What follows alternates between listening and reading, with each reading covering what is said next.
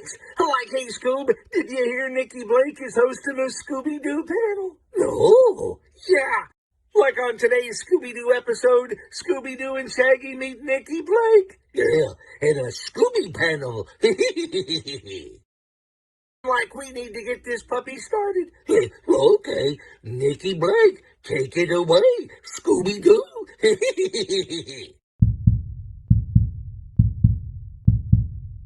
Welcome to the Scooby panel. I'm your host, Nikki Blake from ScoobyAddicts.com, and today we are talking about Scooby-Doo, The Mystery Begins, and Curse of the Lake Monster. Before we begin, I'll have everyone introduce themselves, and Wendy, will start with you. Hi guys, I'm Wendy BRYDGE. I'm a commission artist and a 30-plus year Scooby-Doo collector. Joel. Hey there, I'm Joel from the YouTube channel Planet Scooby. And Devin. Hi, I'm DEVIN, and I didn't bleach my hair for this. Oh my gosh, that would have been great. All right. Okay, new bucket list item. You need to go bleach your hair. I've done it before. Okay, well, it's time. It's time to do that again. All right. All right, I'm in. You convinced me. So we are talking about Scooby-Doo, The Mystery Begins, and Curse of the Lake Monster, the second set of live-action movies. The Mystery Begins was an origin story. Basically, Scooby was part of a pet adoption fair. No one looked at him, even when he was juggling and holding up signs, which was really kind of sad. A girl chose him, but Scooby jumped on the dad and started licking his face, and they just ended up not taking him. Scooby ended up in a cage that was way too small for him, and I felt really bad about that too. They put him on the back of a pickup truck. He fell off the truck. The cage broke, and Scooby tried to run after the truck, but he wasn't fast enough. He ended up in a cemetery where he saw ghosts come out of their graves, and he ran as fast as he could. He broke through the wall of a barn, it looked like, and into Shaggy's window, where that was where him and Shaggy first met. He fell on Shaggy's bed. They scared each other with covering themselves with the blanket a couple of times, and then they ended up being best friends, and we got a nice montage. The rest of the gang met on the bus. Shaggy was tripped by Fred's friend who was on the football team. Then he sat with Velma. She was trying to tell him about her science fair project, and he didn't want to listen, so he moved over with Daphne, ate a really disgusting sandwich, which she didn't like, so she moved with Velma. And then the next time they were on the bus, Scooby didn't like that Shaggy was tripped. He bit Fred's friend, and then all chaos ensued, and they ended up in 6 weeks of detention. I do want to talk about the origin story, and I want to know your thoughts on this. Wendy?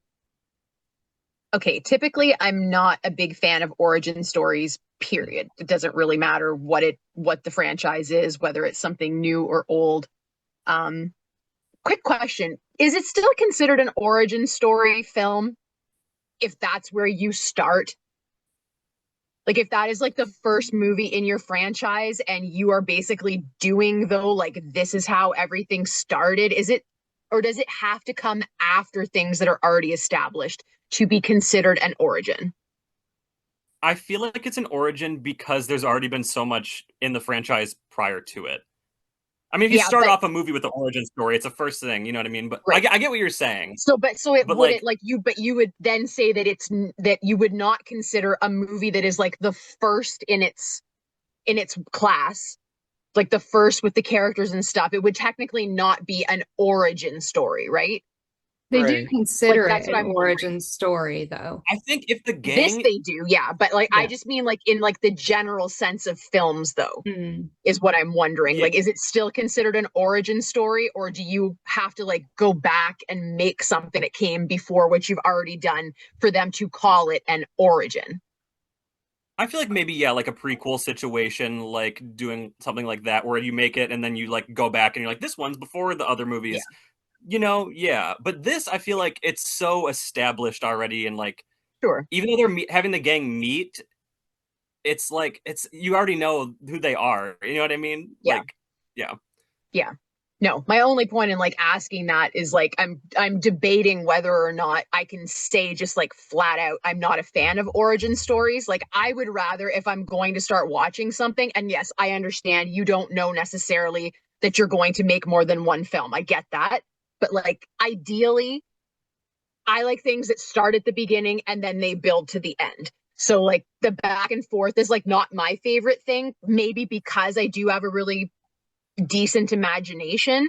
So like I have already established maybe my own ideas about origins and stuff. So then to have to watch someone make something that's completely different, it's like reading a book and then watching the movie. And I feel like that's really the main reason that I typically prefer the book, is like I've already created things in my head and now I'm trying to see what someone else has created. I'm like, well, but that's not right. That's not how that should be. Anyway, okay.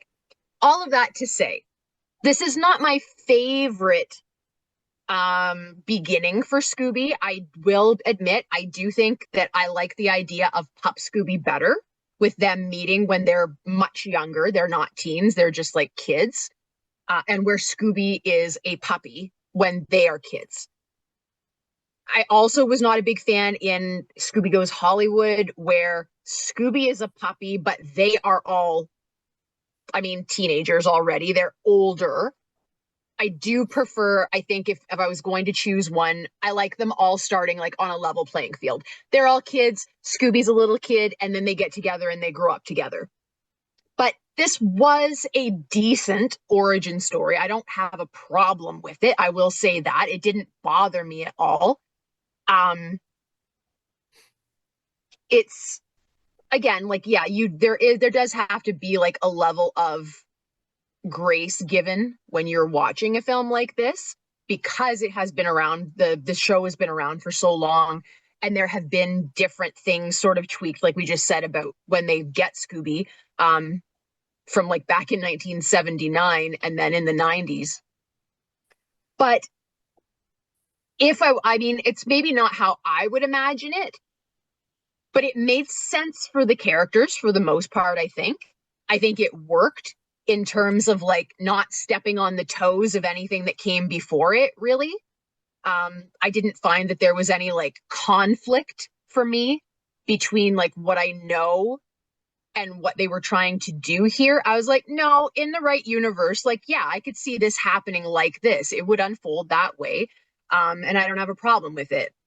I also, though, it was really sad, the stuff with Scooby. And you want to talk about like overreacting? Like, I'm sorry, has nobody ever seen a dog like jump on somebody and start licking them before? I don't know that that scene quite played out the way that it was meant to. I don't know. It seemed like a gross over exaggeration for everybody to start like screaming, and then like poor Scooby gets relegated to like a cat cage. But obviously, even that though, definitely like it worked in the scheme of how they got Scooby to Shaggy. I actually think that that was quite clever writing. I do really enjoy that. To be honest, just in general, the writing in this is very good. It's very, very good. Now, I will preface this for the rest of the night. Devin, I am going to do my very best not to hate on your beloved original live action movies. The way that you feel about them, I respect. You have reasons for loving them. They're valid reasons. I can understand them. However, these Cartoon Network live actions are so far superior. They're so far superior. So I just want to make that clear that I do respect your opinion, though, on those others. I do. I gotta go. I gotta go. I have to, Nikki, sorry, I have to leave. No, understood. I disagree, but understood. And that's okay. And I just, like I say, I just want to make it clear though that like I'm not anything that I say tonight is not me knocking on those films, because they have their place in history and I appreciate them because you appreciate them. And that's the honest truth. I'm not just saying that. Like that is the truth. I do. They mean something to you and you're my friend, so they mean something to me in that regard. I do prefer, for me, I prefer these. I really like what they did with these. And I'm glad too that they didn't just try to build on those original live action ones. I feel like that might have been like, I understand it's an origin story. I do get that, but I think it would have been easy to try and play off of those. And I'm curious if everyone agrees with this. I feel like they did such a good job of nodding to every iteration of Scooby that came before them in both of these films. But I struggled to see the live action, which I'm not mad about. What's crazy? Sorry, I have to butt in Right? here since we're in this conversation. We're gonna lose it.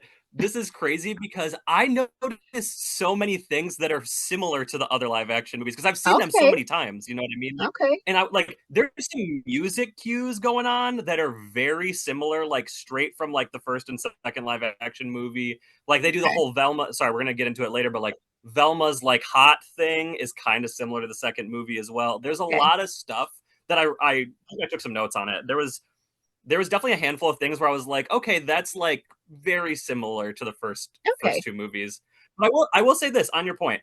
I like the first two live action movies better as movies. They're my favorite. I hold on to those dearly.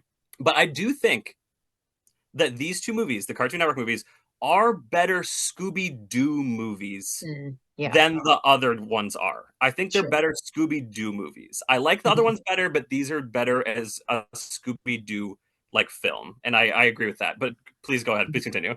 Yeah, no, that's very valid. That's very valid. And yeah, and if I were to look at those other movies not as Scooby related and just on like cinematic grounds and like forget what the characters are, I might like them a little bit more than what I currently do. So yeah, that's totally valid. But yeah, as an origin story, it worked. Everything made sense. I thought that it was very cohesive. Which I thought might be a little bit difficult to do. This is only my second time watching these. And like I was impressed, to be honest. I was impressed with the writing and they did a good job. Joel, your thoughts on the origin story? Yeah, I can't knock it either. It's pretty good. Same comments about Scooby being in the cage and overreacting with the dad getting his face licked. It's kind of weird. Didn't really work for me, but that's maybe a directing choice. I don't know. My understanding was this was like a prequel to the live action movies. And not I was going to necessarily ask about that. If you guys thought that. That's what I did some YouTubing and that's what people were saying. I don't know if they're right though. Interesting. Interesting. Okay, yeah. I mean, they're in Coolsville. I mean, that's not out of the ordinary, I guess. But like, I don't Yeah. know. Yeah. And yeah, it was a fine origin. I mean, things called Mystery Begins. You need this beginning of the mystery, I guess. Like, Yeah, lives up to that's its title. true. It does make sense. The scene with the guy being licked by the dog, I was watching the special features and there was a gag reel and they were using the big plush Scooby to like lick his face and it was just Wow. funny. Okay. Devin, your thoughts on the origin story? Yeah, similar. I agree. I think that it's well done. I'm not going to say it's like crazy good. It's like above and beyond or anything. You know, it's. I think it's totally fine for these movies. It works. Like I buy it. I like that they're at the library and they're all reading books, and it's like we all like mystery books. Look at that.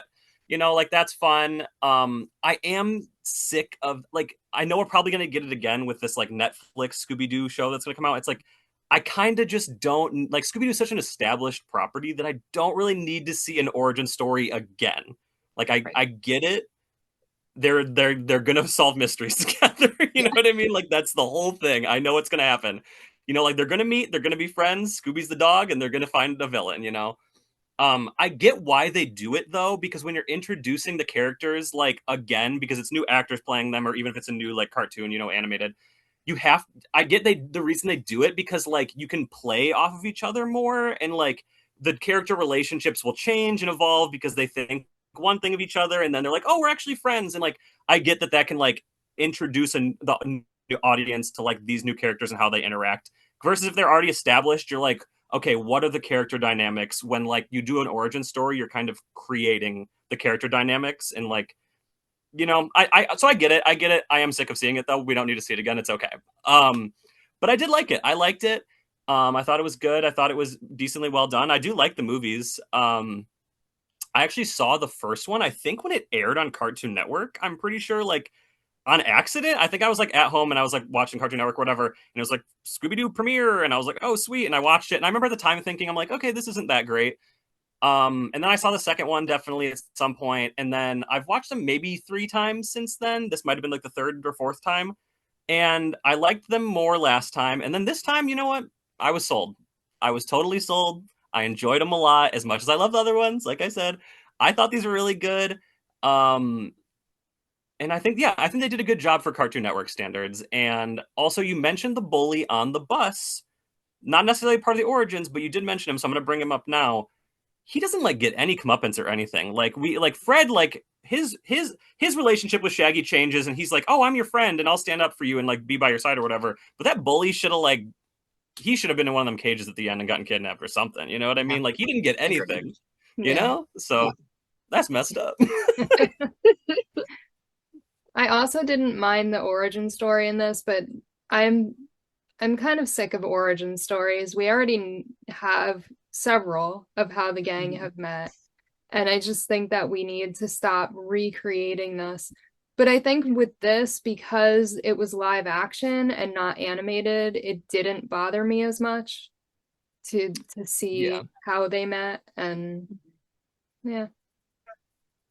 The mystery machine. So we know that Daphne owned the van. It was the groundskeeper's van to haul stuff around. Velma said it had 300,000 miles on it. It was lime green when they got it, and by the end, they painted it, and Shaggy was the only one with a driver's license, and yet he still didn't know how to drive. Joel, your thoughts on the mystery machine? Yeah, again, it's an origin of the Mystery Machine, so it makes sense not to have, I guess, the Mystery Machine logo and stuff on it. So it works for the first film. Didn't they have a Hanna-Barbera like bobblehead in there? Huckleberry Hound. Huckleberry Hound, Huckleberry Hound, yeah. That's what I was pretty much watching the whole time. And then they had all those gardening tools in there. I'm like, if Shaggy's a bad driver and he like slams on the brakes, it's gonna end poorly for everyone in there. True. Yeah, that's all I really gotta say about that Mystery Machine. Devin, your thoughts on the mystery machine? Are we talking about from both movies or just the first movie? Both movies included? Yep. I mean, you don't really get to see it until the end of the first movie, so you don't really get that much of it. I like that it was green in the beginning because it's at least close to the Mystery Machine color. Like if it was just like a plain white van or like black or like a something simple, wouldn't be as good. But I like that it was green and it had the big old tire right on the front. I thought that was nice.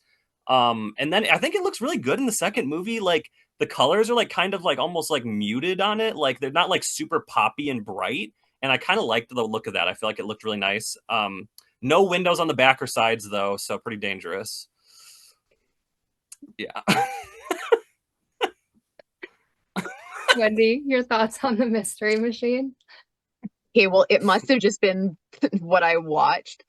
But like, I feel like maybe Joel feels sometimes where I'm like, I could have sworn that van was yellow in the beginning. I thought it was like a butter yellow. So I don't know, really?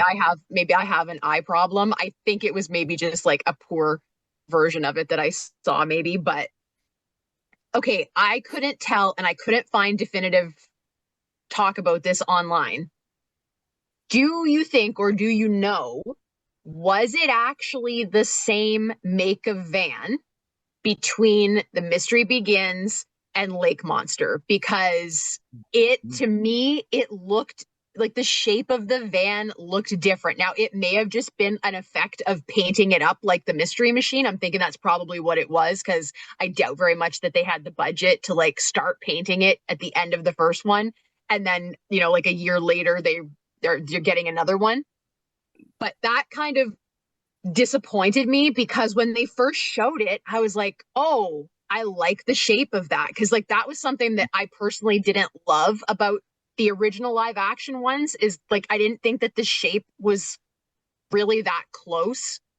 And that is like a common thing, though. It's very rare to see like the correct shape of the Mystery Machine to like match that classic one. But without all the paint on it, it looked quite close. But then the next movie, and I was like, wait a minute, is that the same van? Because it sort of looked like it changed the shape a little bit, and I was disappointed, but I do prefer the Mystery Machine in these than in the other live action. I did really like it. I'm actually glad that they didn't focus on it, because, like, yes, we love the Mystery Machine. We love that Bob Singer designed it and picked the colors. It's iconic. Yes. I am not really big on people who are like, the Mystery Machine is a character too. And then what Mystery Inc. does, like making it blow up all the time. And was it Mystery Inc. where it's always blowing up? Is that the right one? Mm-hmm. Yeah. Okay. Sure. I like, it's just what they use to get from point A to point B to me. I don't need a backstory on the Mystery Machine. Like, so I'm glad that they used it in the first one at the end there, you know, like it played a role, so it made sense for the story. And then we get that cool ending and they're painting it, and that's fun. And then we just get into it. If there's no like big, like, oh my God, this is the Mystery Machine. There wasn't that. It was just like, cool, we need a vehicle. I've got one. Let's go. And they just do it. I appreciated that, because I don't feel like the Mystery Machine needs more like rigmarole and hype. It's just a van. It's just a van. They just need something to haul their butts around from haunted place to haunted place. That's it. I think the issue with the Mystery Machine, obviously I love the Mystery Machine, but I think the issue with it, like what you're saying, is because it says Mystery Machine on it. Like, if it just was the paint job with flowers, they could be like, oh, we have a van and that's the van. But when it says Mystery Machine, they like have to give a reason why it says that. You know what I mean? Like, they can't be like, we all just met and we happened to find this car that says Mystery. You know what I mean? Like, they kind of like have to build it up slightly, Sure. because they're like, they need a reason. There needs to be a reason, you know? But they did, you know what I mean? But it still wasn't like a huge like clouds parting and angels singing. And I like that. They handled it exactly how it needed to be, because you're right. They needed a reason. Made total sense. And I love how the first one sets up the second one. I mean, I don't know if they had a deal to do 2 movies when they first started, or it was like, we did the first one and then they asked for another one. I don't know. Whatever. I like the continuity there. But yeah, again, I mean, it's like, for me, it's like, it's just a van. So I don't need it to be like a big, like, wah. So I was glad that they didn't, like, no, wah, like we're a wah free zone as far as like vans go here. Quick question. How far, I know that it's 2009, 2010, but what's the time difference between the first and second movie supposed to be? Is it like a year later, or like, what's the time passage supposed to be like? I thought at some point they said it was like a year or something. Okay. Just because Fred's driving in the second one is why I was wondering, because Shaggy starts off, which is weird a little bit. And then Fred just kind of takes over in the second movie. He's totally just driving the van. So I was just curious, like, he got his license at some point in there. Yeah, because I think it said that Daphne was 15 in the first one. I think she mentions that she's 15 when they're talking about licenses. I didn't, like, obviously, like, at least a year went, I feel like at least a year went by, but it didn't seem like it had been a long time, even based on, like, how they were interacting. Yeah. Plus, I mean, I was still 17 when I graduated. So it's not like they would have had much time to like do the first one and then still have those characters in high school. Like, really, they only had 2 years to play with to like make it make sense as far as like ages went. Yeah. This is jumping back to the first question, kind of. Is the second one also kind of, since it's not that far in the future, partially an origin story? Because at the end, like, sorry, jumping way ahead to the end of the second movie, they get a check and they're like, we should be Mystery Incorporated. And I'm like, well, that's kind of like a part of the origin of it all. You know what I mean? Like, both of these movies are kind of like a drawn out thing in that way. I don't really know that I would consider that like the second movie part of the origin story, but yeah, that is kind of where they decided on the name of the gang. Yeah. So, yeah. I liked the Mystery Machine better in these movies than in the other live action movies. And I mean, I could have seen it more and I would have been fine, but I do like that they didn't focus on the mystery machine so much. But I thought they did a really good job with the transition from the first to the second movie, where at the end of the first, it was like a montage of different things that the mysteries that they were solving and painting the mystery machine. And then the second movie just went into their next mystery. So CGI Scooby. Devin, what are your thoughts? Looks like shit. Sorry. Okay. Literally, I just wrote Scooby Fat. Was the first note I wrote when he was on screen. He looks so chunky, and it looks weird. Like, I get it because he's cartoon, but like his neck is like really thick, and it looks off. I don't know if that's like what's making it look like the weirdest for me. It's like his neck is really thick, and he looks like a weird, big, fuzzy bear, kind of. Like, he doesn't look like a dog to me. He looks a little bit better in the second movie. I will say that. He looks a little bit better. They toned down the weird, fuzzy texture on him just a little bit. But he does kind of just look like Dookie Doo. Sorry. Wendy, your thoughts on CGI Scooby?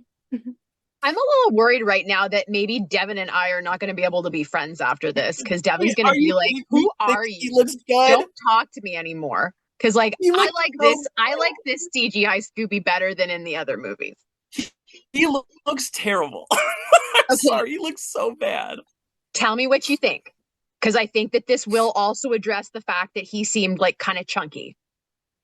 This is the one thing that really bugged me about him, because I'm like, why? There was no reason for this. His eyebrows are not black. It looks like he has no eyebrows. It's weird.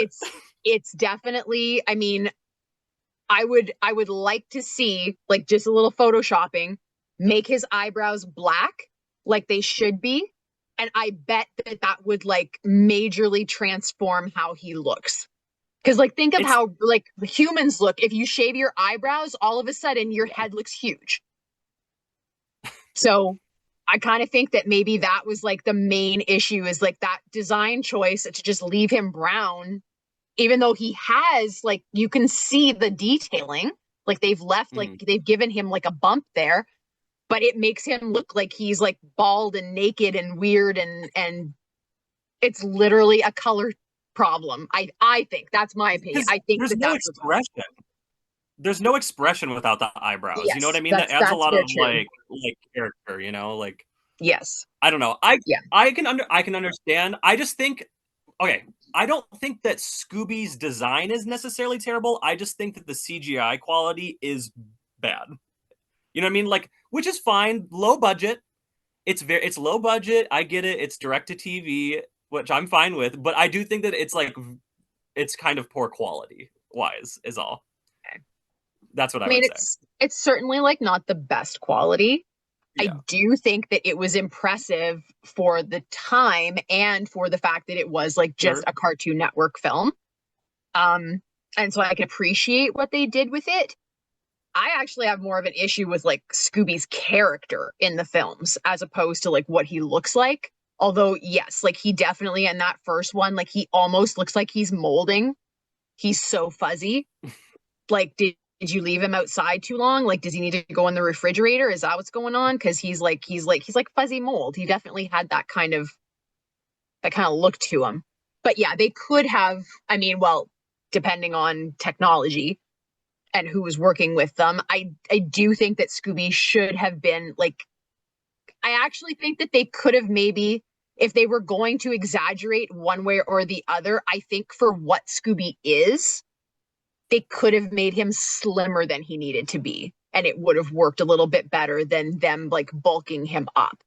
Because I kind of find that also in like a lot of like more modern like comic art or books that are being made, where they're like, Scooby's getting wider.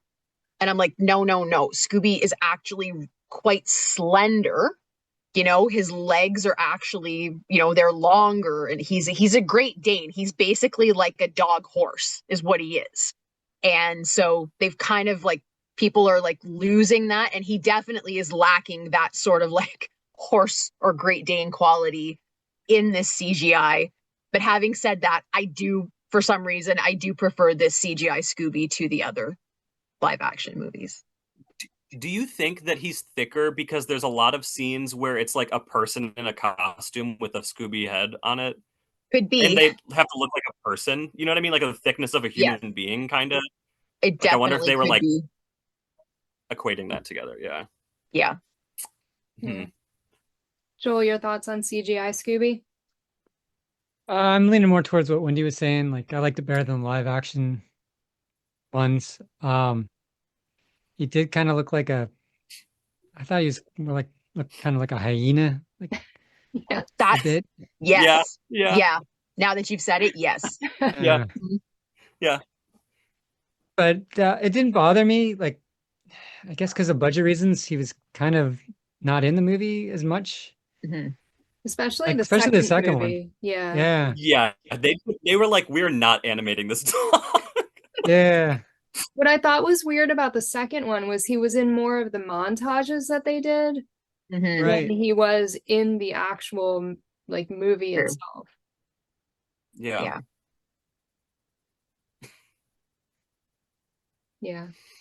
I don't know. I didn't mind him at times, but like when he was in those montages and him and Shaggy were holding hands and spinning around, he looked ridiculous. Like I thought his skin was just gonna fly off of his face. Yeah. Again, I do think that it wasn't the best CGI, but I did absolutely love it, and it fits perfectly for these movies. But you can for sure tell, especially in the second one, that they did not want to do it. They're like just there's like a scene where he's like just gone the whole time, and then all of a sudden they're like, "Oh, Scoob, you're back," or whatever. And there's like shots where they're just like it's like the gang looking at the ground talking to him, but they're like not showing Scooby in the same scene at all. Yeah. Come on. Come on. Like that whole lighthouse scene, he wasn't there. Yeah. And I was like, why is Scooby not there? Where is he? No, there was straight up a point where he was missing so much in the second movie. I think it's when Shaggy like comes back to the like resort, like the room he's staying in or whatever, and he's like, "Oh, I'm gonna go on a date with Velma or whatever." And I was like, did I like, because I noticed that Scooby was missing so much. I'm like, did I miss something where he would like Scooby got banished to the room by the resort owner or something? I'm like, did I miss a scene, like, or a line where he was like, that dog needs to stay in the room because he was acting up or something? Like, I'm like, I genuinely was like, maybe I missed something. And that's why Scooby, like, is not at any of the mystery solving stuff at all. Like, he's just not there. It's crazy. See, I took that to be that he was pissed off at Shaggy because Shaggy was trying to date Velma. And he was just mad enough that he didn't want to be around them. But isn't it weird that he went to the restaurant and he was in that scene, but wasn't in like the actual scenes of them solving mysteries? Yeah, but he was trying to cause trouble. Yeah, like, I don't like that they did that personally. And I feel like, wow, not very original Mystery Incorporated a few years later, like ripping off that whole storyline of Velma and Shaggy and then Scooby getting pissed off about it. I think seeing it once was enough. We didn't need to like make it a whole thing in a series. But yeah, that's to me, I didn't like it, but it made sense because I was like, okay, well, he's pissed off and he doesn't want to be around them, and Shaggy's pissed off at him too. So it's just like, fine, stay away from me. But it was weird that they put him in all the montages, except like when they were dancing with the top hats and the suits. They only showed Shaggy and Scooby together, but when the whole gang was together, Scooby wasn't there. And then when the gang and the villains were there, Scooby wasn't there. At the end of the second movie? Mm-hmm. And I thought that he was wasn't in that? He was in the montages, but only when it was him and Shaggy. Interesting. I didn't even notice. That's no, weird. I didn't notice it either. Yeah. I don't know. When he was that waiter. Sorry, when he was the waiter, he had that ugly little bangs with that little wig on. It looked rough. I'm sorry. I took a note on that too. I was like, man, those are some fugly little bits. Yeah, that was pretty bad. I did like when he was trying on the tie, though. I thought he looked good Yeah, there. that was good. No, but he took it off and he looked so naked. It was scary. Yeah. It was weird. Yeah. Let's talk about the actors. In both Mystery Begins and Curse of the Lake Monster, Kate Melton was Daphne, Haley Kiyoko was Velma, Robbie Amell was Fred, Nick Pilatus was Shaggy, and Frank Welker was Scooby. Then in The Mystery Begins, we had Sean McDonald as Principal Deedle and the Dark Spectre, Gary Chalk as Vice Principal Grimes, Leah James as Prudence Prufrock, Brian Sutton as Ezekiel Gallows, C. Ernst Harth as Otis the janitor, Lorena Gale as the librarian. And then in Curse of the Lake Monster, we had Ted McGinley as Thorny Blake V, Richard Mall as Elmer Uggin, Nichelle Nichols as the senator, Marion Ross as Hilda Trauberg, and Beverly Sanders as Wanda Grubwort. What are your thoughts on the actors? Wendy, what are your thoughts on the actors? Honestly, I think that everybody did a really good job. Again, I like everyone's take on these characters more in these live action films than the others. This is definitely, like Devin said at the beginning, like this is more Scooby. I did watch like a short little clip. Someone interviewed Robbie Amell recently, and even he was talking about how is it Brian Levin that was the director for these? Mm-hmm. And like he very much cares about the integrity of like classics. And so it is definitely more appropriate, I think, for younger audiences than the other two live action films. So I appreciate that because it's Scooby. So I do like that. I really think that Nick is the standout here.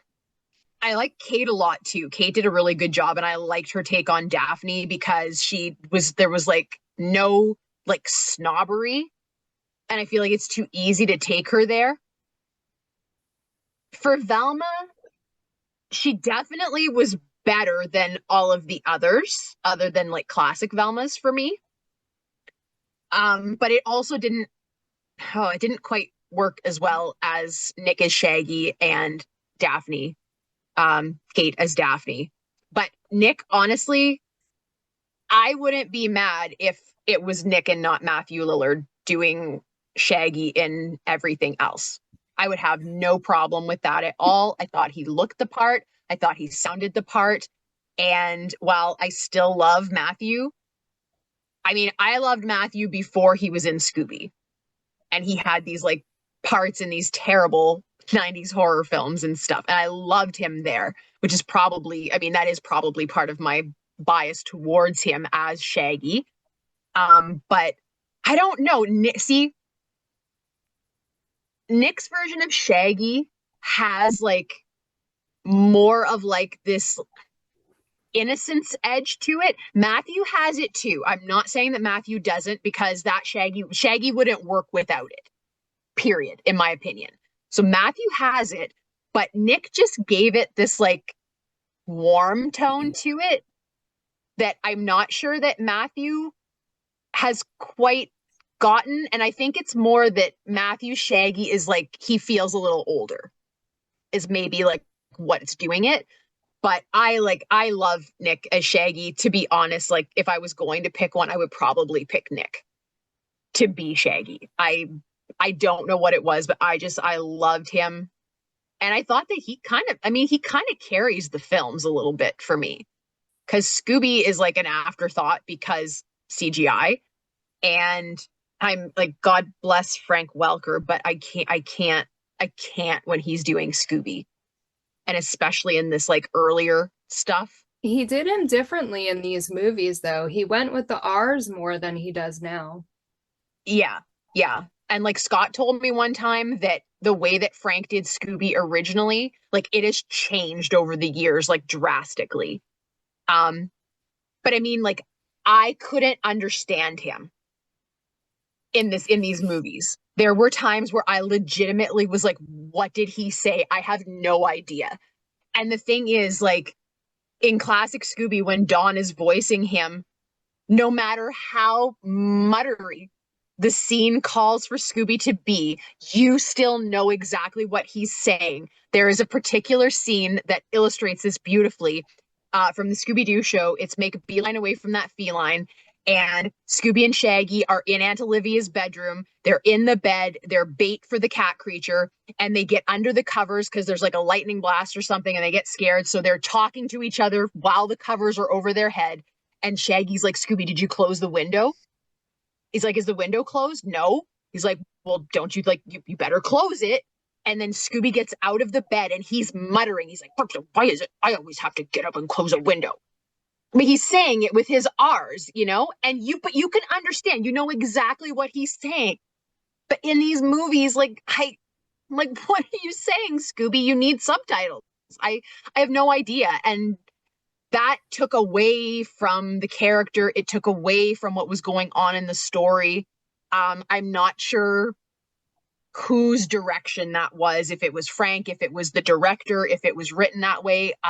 Because the other thing that's different about Scooby in these films, and then everything after, Scooby has so much dialogue.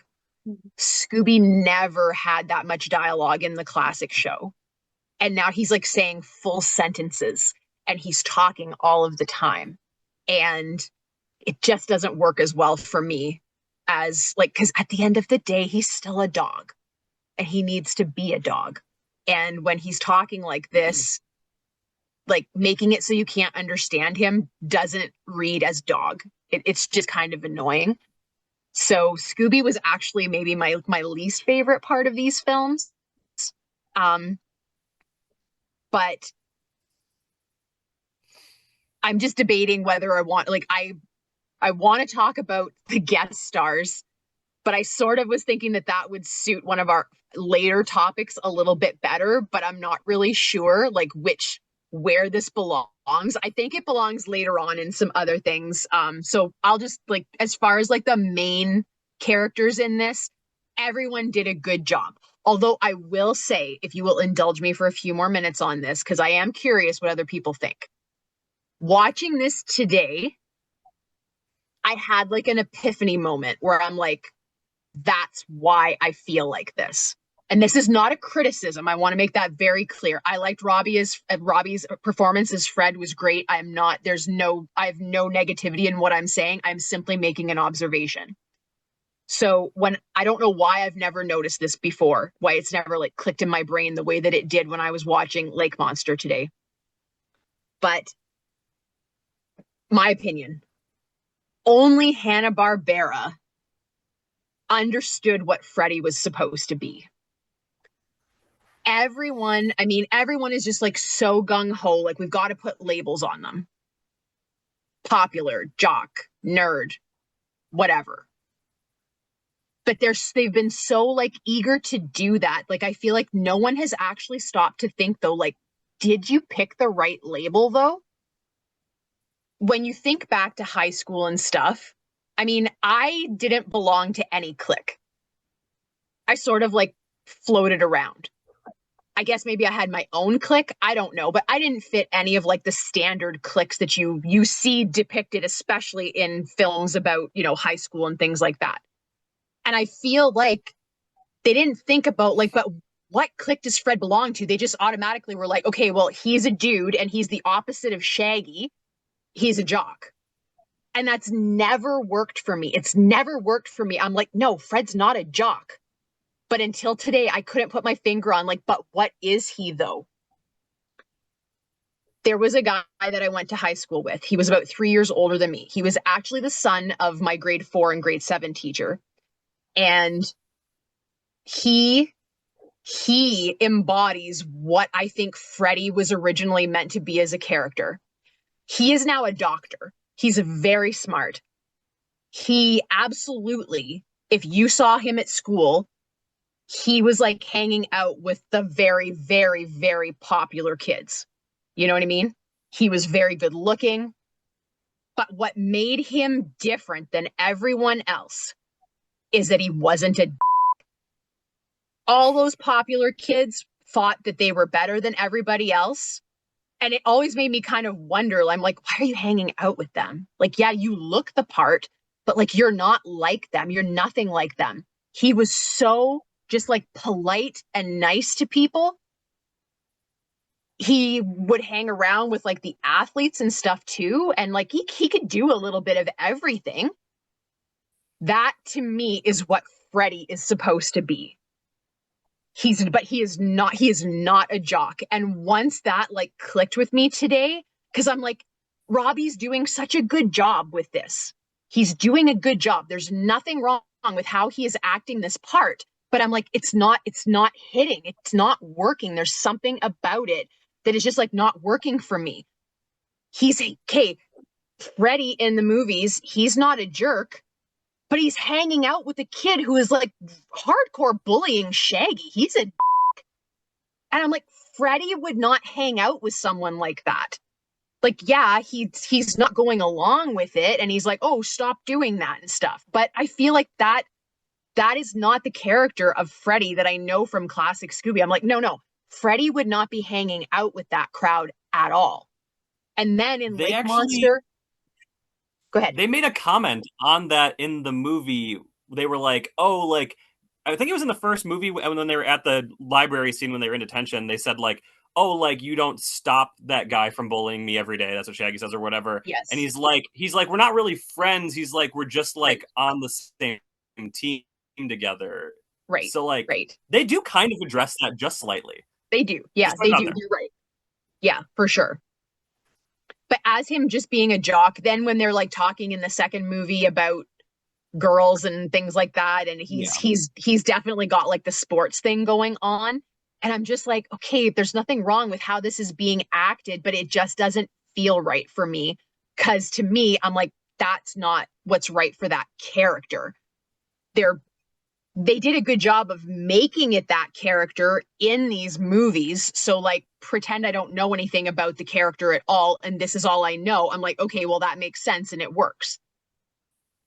But I can't go from classic Freddie and then seeing anything that has come after him, especially though in both the live action styles, from the earlier years and then these ones. I feel like that's what's wrong, is that people are not understanding who those characters or what those characters were supposed to be. And at the end of the day, they were just 4 regular kids. I don't really see any of them fitting any clique. I don't see Daphne like hanging around with like the ritzy snobs. And I don't really see Velma being exclusive, like, oh, I'm going in the science lab for the next 6 hours and like, don't talk to me. I don't really see any of them fitting any of those boxes. And I think that was the point, because that makes them relatable to anyone and everyone. There is something about every single one of those characters that I, as a human being, can relate to. And I think that was what Hanna-Barbera wanted for them. So now that we have people trying to put them into boxes, I think that they're trying to make them more relatable, but I'm like, but it's accomplishing the opposite for me. You're making them less relatable because you're making them smaller. It's like, okay, well, this is how relatable the stuff was before, but now you've funneled it down into just this like one little thing. I hated the jocks in high school.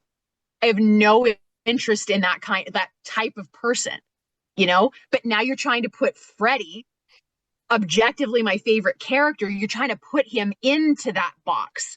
And I don't like it, because I'm like, that's not the box that he belongs in. He doesn't belong in a box at all. None of them do. So that was kind of my like awakening while watching this. And again, it's not a criticism of them. It's that these people acted these roles so well that I finally saw why the roles don't suit the characters. I thought that they did a great job with what they were doing. And there are definitely moments, but especially with Shaggy and Daphne, where like, no, I can see the original character of them shining through in this. And I love that. And I think that's why Nick and Kate, I really think that was like, I wish that they would have gone on to do a lot more things in Hollywood. Whereas the other two were excellent, but like I'm not gonna like turn on a show because one of them are on it. If someone was like, oh, Nick's starring in a new show, I'd be like, what is it? I want to see it. Or Kate. I think that's because they got the closest to those characters that I love, and like I appreciate that. Joel, your thoughts on the actors? I'm gonna start off by saying I'm an idiot, but I think Wendy's explanation might indicate my idiocy, because I was watching that first one and I didn't realize it was Fred until they were in detention.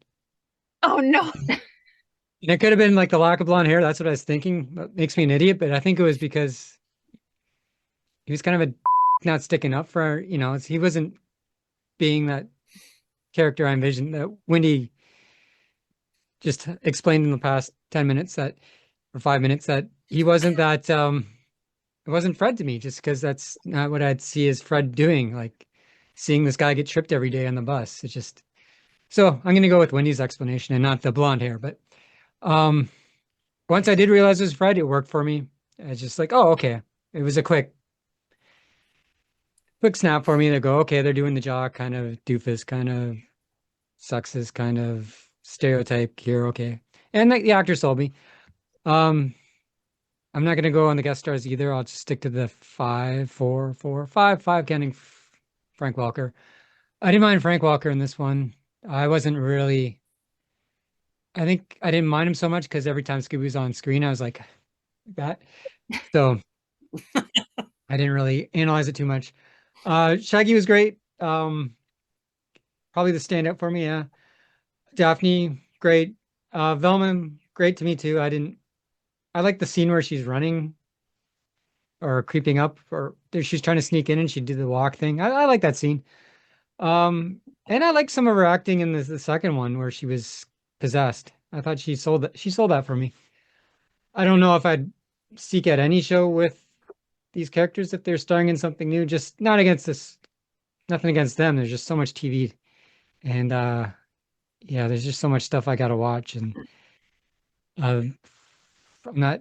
This is my first time watching these movies too, so maybe if I rewatched them, I'd seek them out. But there's just so much I gotta watch, and like Wendy, like I could take Matthew Lillard or this guy as Shaggy. I didn't think anyone could top Matthew Lillard, and I don't know if this guy particularly does, but he sold me on it. I think with Matthew Lillard too, you have him doing the voices for the past 25 years too. On top of that, so he's got quite the legacy. So you kind of associate Matthew Lillard with this, but his name was Nick, I think, Nicholas. Nick. He sold me on it right away, and he didn't particularly dress like Shaggy. Like he had a different attire going on in like a lot of scenes. His clothes were changing frequently, not just the same Shaggy outfit, but I always knew it was Shaggy. Like he sold me on it. And I'll just end it there. Now I'm really interested in what Devin's going to say. Devin, what are your thoughts on the actors? Okay. I did know it was Fred. Because I have seen the movies before. But I felt the same way as you not knowing. At first, even though I'd seen them before, I was like, do I really like Fred? Like this character version of him? And then like 10, 15 minutes in, I was like, you know what? Okay. Like I do like the Fred, because yeah, like he's like kind of the jock in the beginning, and then like he turns around like kind of almost immediately and is like kind of nice to everybody or whatever. And I'm like, okay, like I like Robbie Amell as Fred here. I wish that he had blonde hair. Should have went for it. Nick is listen, I'm not an insane person, so I don't think that he's better than Matthew Lillard.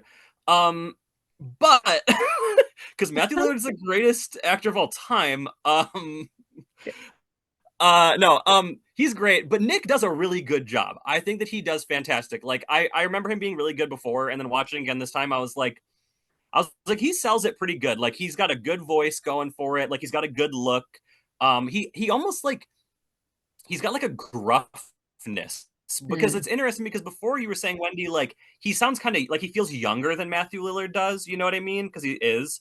but like he's got like kind of a gruff, not like that, but he's got he's not McGruff the crime dog or whatever, but he's got like a gruffness in the back of his voice, right? Do you agree? Yeah. Like when he's talking, like Totally. he's kind of got like he's gargling something back there a little bit. He does really really good. I liked Daphne better in the second movie, I think. Okay. And Velma, I want to say her acting was good in the second movie as the like witch character or whatever, but I think I liked her better in the first movie because she was playing Velma, and in the second one she was kind of like half not playing Velma. You know what I mean? So I think they all did really good. Frank Welker, like you guys said, like they do make a joke about that in the second movie as well, where they're like, he's like, Reggie, let's rake some Ritas in the pepperoni Ritas in the Richin or whatever. And I'm with my wife. Hello. Rubber sandwiches, a rag of lips, rubber rotors. Shaggy's like, what the hell are you saying, Scoob? You know, like. Just my luck. I've had a talking dog and I can't understand a word he says. So, you know, they make a joke about it, but it's definitely hard to understand at times. And maybe that's why Scooby was like in a lot of the montage scenes, because they're like, we don't got to make him talk. You know what I mean? We can just like have him spin around in a circle or whatever. Yeah, I won't say anything about any of the secondary characters or anything like that. I think I think they were great.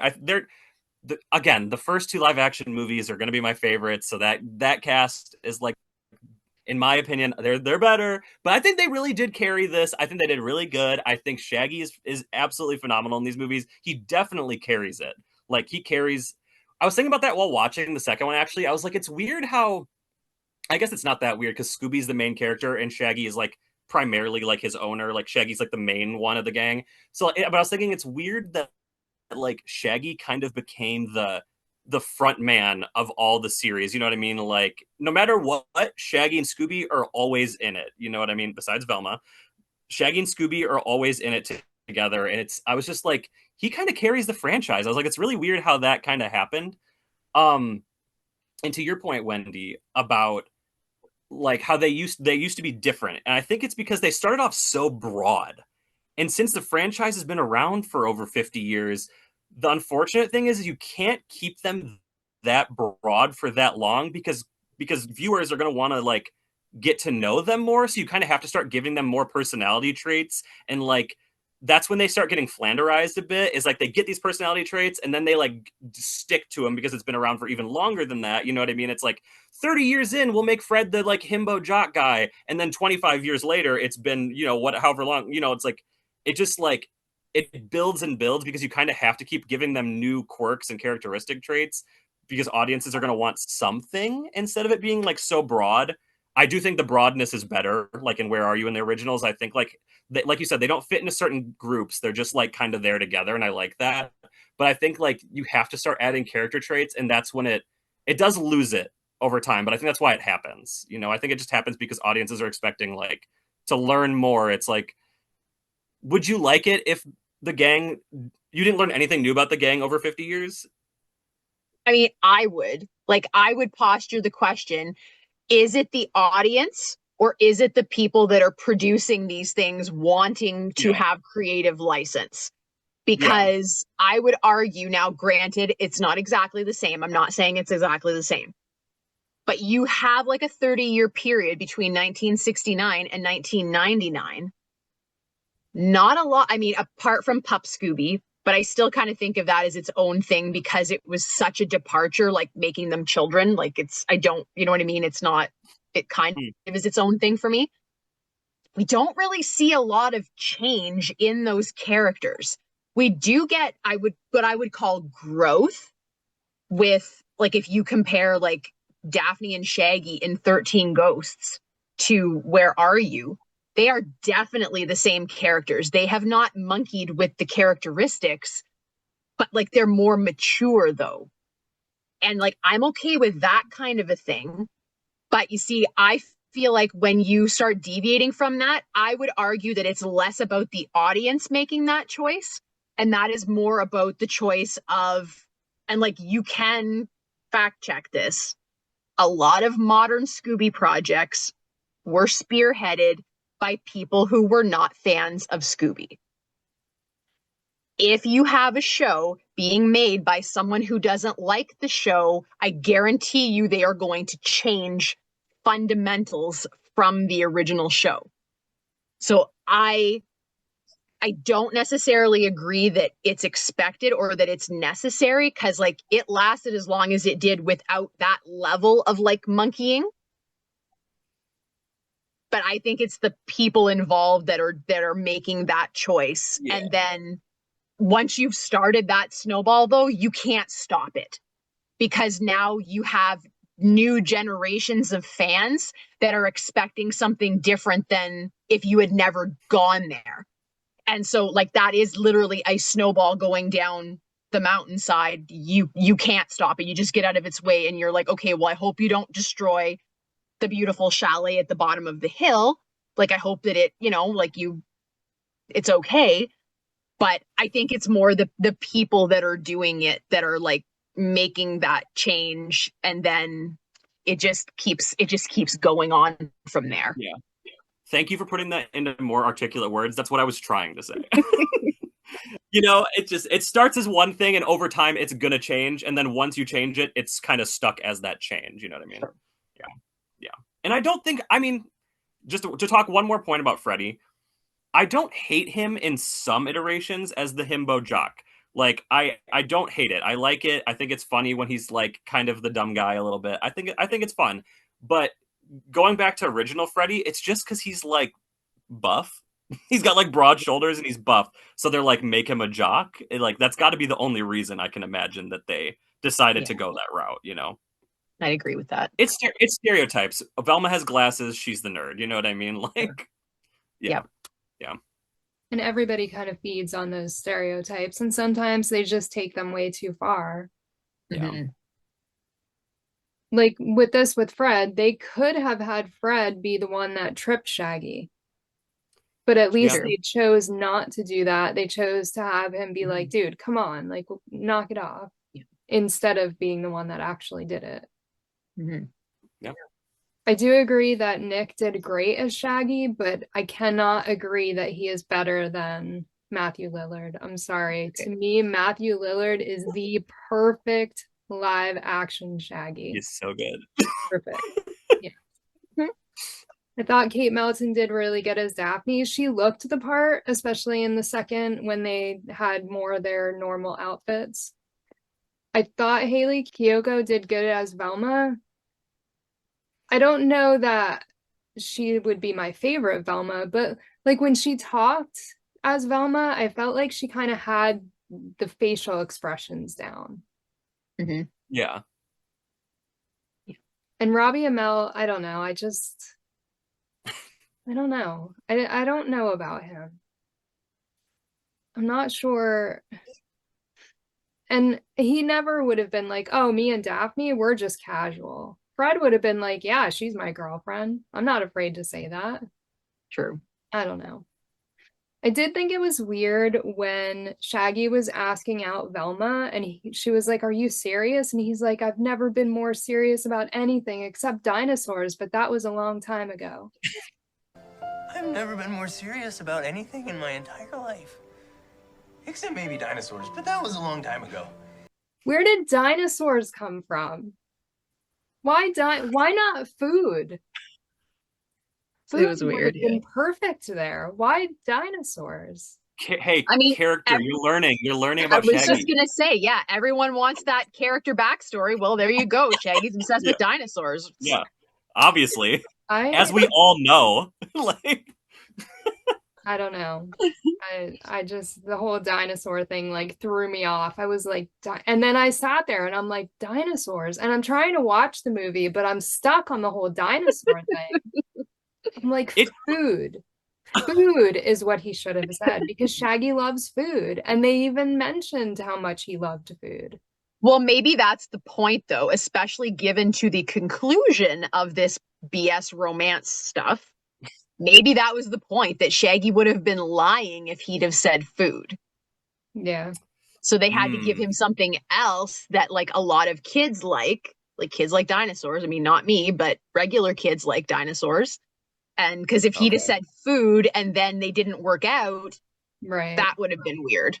Yeah. Because food is 100% sure, and dinosaurs for him is like 98% sure. You know what I mean? Like just below.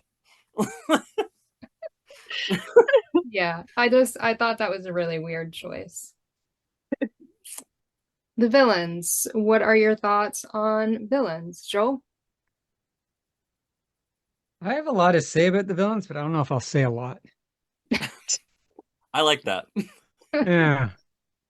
I wish they just stuck to the person behind the mask and not have the CGI ghosts. Maybe spend some of that CGI money on Scooby.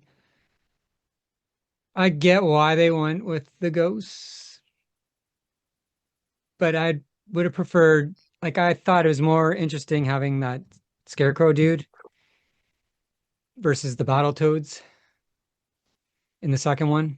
And I like the look of the toads in the second one, but I like the scarecrow. Like, you get the little flashback to the Mr. Frickett's farm and you get that scarecrow, and I thought that was awesome.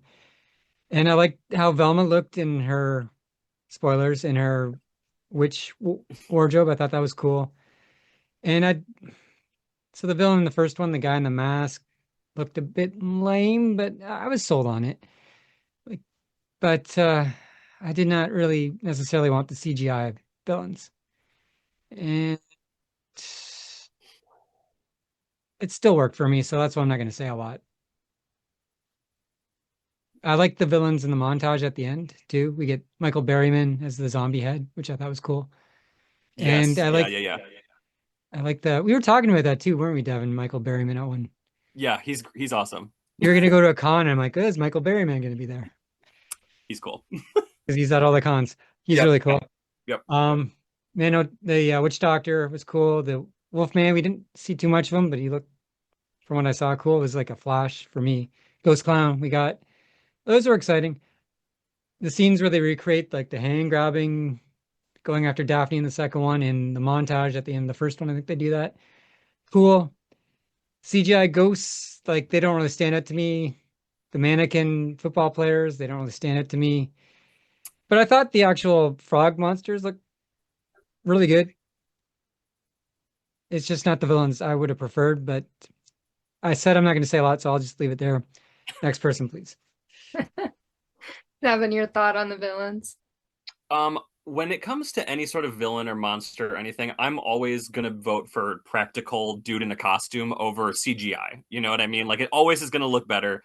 So putting that aside, the ghosts in the first one was weird that they did the whole ghost thing and the real person thing. However, there was a cowboy ghost that comes out of a grave at the end for 3 seconds, and I want that to be the whole movie. I don't know why it wasn't, but that guy should have been the whole movie. Also, this could have been a horror movie. There's a moment where like a lady opens a microwave and a chef ghost comes out and he says, "Want some chicken cordon bleu" or something like that. And I'm like, that's great. I'm like, that should have been the movie. Like, all of that could have been the whole movie. Because it was still people in makeup, but it was like CGI weirded out, like, kind of thing. I feel like, right? It was like something was weird about it. But the main villain of the first movie, this is going back to my point before, kind of ripped off from the second live action Monsters Unleashed. Like, evil mask dude, just a dude in a black cloak with a crappy like Halloween mask. Kind of the exact same thing. I'm never a fan of that. I think it kind of just is like super cheap and like boring. The second movie, I do love a good like anthropomorphic like giant man like animal thing. Those are always fun. So the frogs are pretty great. I do kind of wish that they weren't even the CGI ones and it was just the dude that was in the costume at the lighthouse. I kind of just wish that they were just that the whole time. I would have been okay with like how crappy that would have looked. I would have been totally cool with it. Velma as the villain. Spoiler alert, as Joel said. It's not really a spoiler because in the first 3 seconds of the movie, you're kind of like, oh, that's obviously Velma. I'm like, they shouldn't have even shown. I get like they're trying to do a spooky thing and like they could have planned another intro, like show that scarecrow thing right at the beginning and then get rid of the Velma stuff because, oh no, it's the whole gang and then they all rip off a mask and it's a little tiny person and they're like, it's you, what? And it's like, well, it's obviously Velma. It's obviously Velma. You spoiled the entire movie in the first 3 seconds. Yeah, I don't know where I was going with that. They spoiled it, and I think her as the villain. What did I think about her as the villain? I didn't love that as much as the first one. I think I just didn't like her as a villain. Not that she didn't do a good job, because she did. I just don't think I liked that. Like her as a witch thing and like being evil. I just don't think I vibed with that. But I'll tell you what I did like. The best thing in these whole movies, the first guy's like, I just want that freaking stamp. He's like, I'm gonna raise the dead or whatever and tear up this whole school because that stamp. I need, like, that guy is my hero and I love him. That's the best thing. Like, I'm gonna get into stamp collecting after this because that guy was collecting stamps. He was so passionate about it that he wanted the stamp, and I'm glad that was the entire motive. That couldn't have been a better. That was so simple that it was fantastic. I loved it. I feel like it would have been easier for him to just over the weekend blow a hole in the gym floor and go get it himself. Like he went through Yeah. a lot of Yep. trouble to draw a Yeah. lot of attention to himself just for Mhm. that stamp when it would have been so easy to just get it on his own. Yeah. Wendy, your thought on the villains? In a word, forgettable. They were just okay.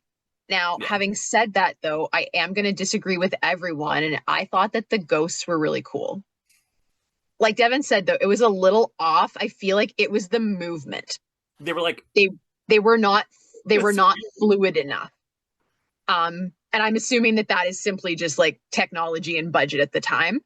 yeah. But I thought that they looked great. I thought that there were some scenes with them where like they were legitimately like kind of scary. But the rest of it, the frog people, I don't know, was kind of weird. I guess they were worth it to see Velma getting warts for no reason. But yeah, they were just forgettable. But I will say, in my opinion, especially in the first film, I definitely prefer the first one.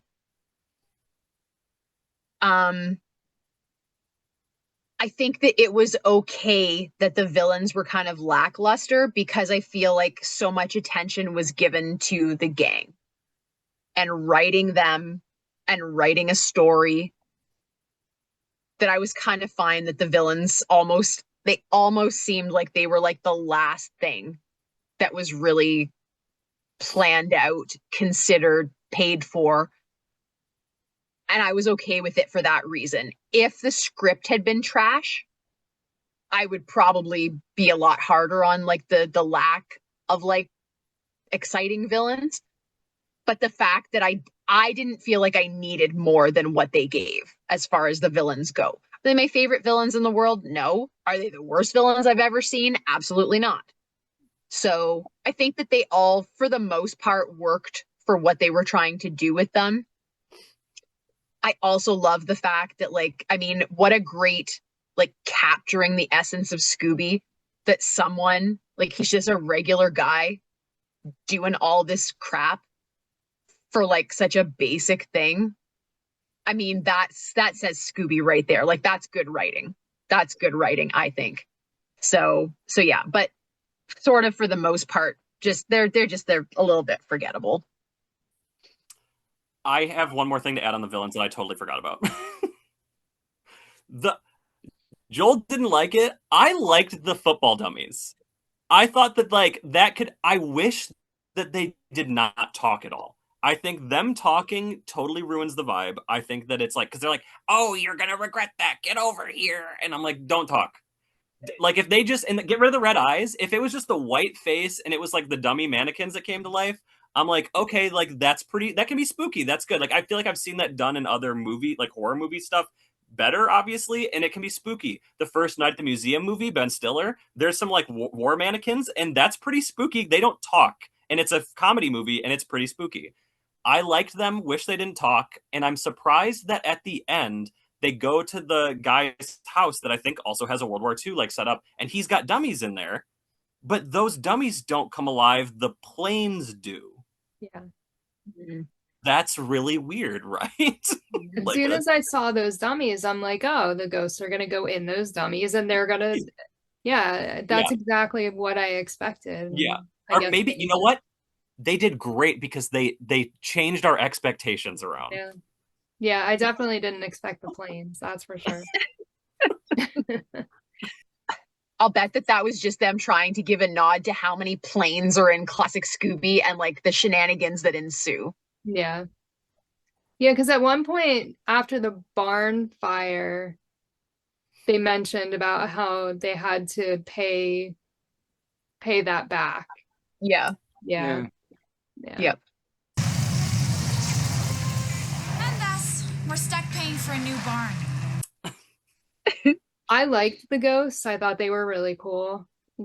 There was something off about them, but I thought it was a great way to get Scooby to like start being scared and run into Shaggy. Yeah. So I thought that really worked well. I didn't like the Spectre. I don't know. They could have done something better. And it is weird to me that there were 2 ghosts and then the Spectre. And he was like, I feel like they should have just had the cowboy ghost and all the other ghosts, and they could have just done, you know, been the ones that did the whole thing. And then maybe it was just projections or something. I don't know. Yeah. But it was a weird mix. I felt like they just didn't go together. The frogs, I thought they looked cool, but did he have to throw up? I mean, did he have to do that? And then the fish, and it's like, that was really gross and unnecessary. That part was so funny because Fred just literally, he's like, oh, I'm taking off that mask. He tackles this giant frog, and then they just beat him up so much that the frog throws up. Like, that's comedy. That's comedy right there. That's what should have happened to the bully in the first one. Yes, they should have beat him up so hard that he threw up. I wouldn't have wanted to see that either. Oh, no. Dang. Oh gosh. Are the side characters, like the red herrings, are we considering them in the villains, or where do we want to talk about them exactly? We could talk about them now, because I mean, they were kind of acting as if they could have been the villain. Yeah. The main one that stuck out to me was Ernst Tarth. He is Miner 49er in Scooby-Doo 2 Monsters Unleashed. So he's the one, is he the only person that was in both live action sets of movies? He's the only person that came through? Maybe. That's kind of interesting. Yeah.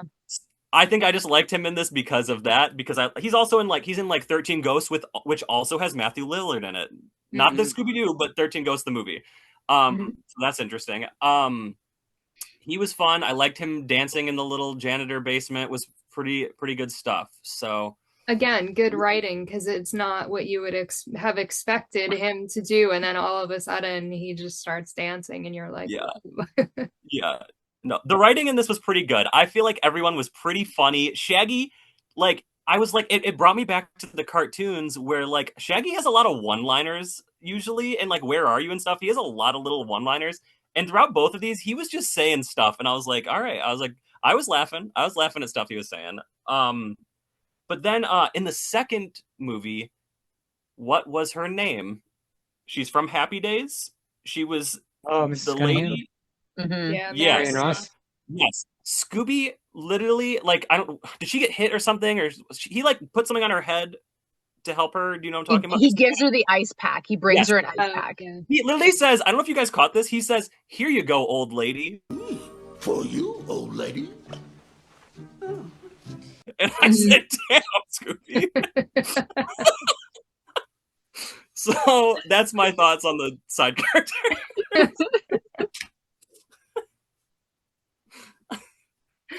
Oh gosh. Oh, dear. Oh, any thoughts on those characters? I guess second one has 2 Happy Days alumni, because you got Ted McGlinley. Yep. I guess there's always kind of like a running gag that once he's on your show, it's on its downward spiral. Aww. Wow. Happy Days and Married with Children. Nice. I like that actor a lot, and I realized Happy Days jumped the shark long after he appeared, so I wouldn't put that on him, but that's just the running Literally. thing about him. We also get that librarian in the first one as a suspect. Lorena Gale. Yeah. Yeah. Yeah, is she in something else? She seemed very familiar. I don't know.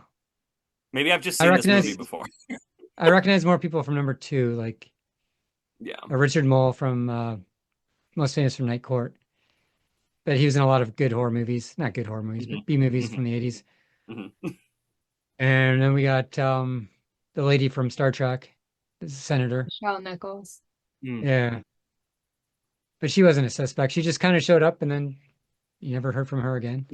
Yeah. And what was Daphne's uncle name? Was it Thorny? Thorny. Yeah. Yeah. Thornton, but they called him Thorny.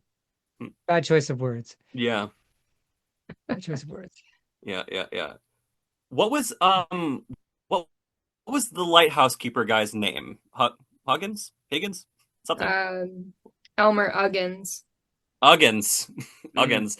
I did like that aspect of it a lot. I love that he was like, oh, like I've never actually seen this frog monster thing, but like I'm trying to keep the legend alive, so I just like I'm walking around taking some pictures of me in a costume. He's like in his little lighthouse. I'm like, I don't know, I like the idea of that. I wish that was explored a little bit more, honestly. I like that too. So yeah. The side plots are kind of better than the main storylines, I feel like, of both of these movies a little bit. Just I agree. Bad, but I think the side plots could have been explored better, and those would be more fun. And I really wanted a side plot with that scarecrow, which we never got. We didn't even get him unmasking. But I did like the fire. It was funny. Yeah. Wendy, your thoughts on these side characters? I don't have a lot of thoughts without like wrecking what I'm going to say later. I was just excited to see the guy that played Vice Principal Grimes. I don't know if anybody else recognized him, but Gary Chalk, he played the Russian commander, the Colonel Chekhov in Stargate SG-1, because Russia also had a Stargate. The US had a Stargate and Russia had the second Stargate, and he was in charge of the Russian one. And so he was in a number of episodes and he was but he was so good.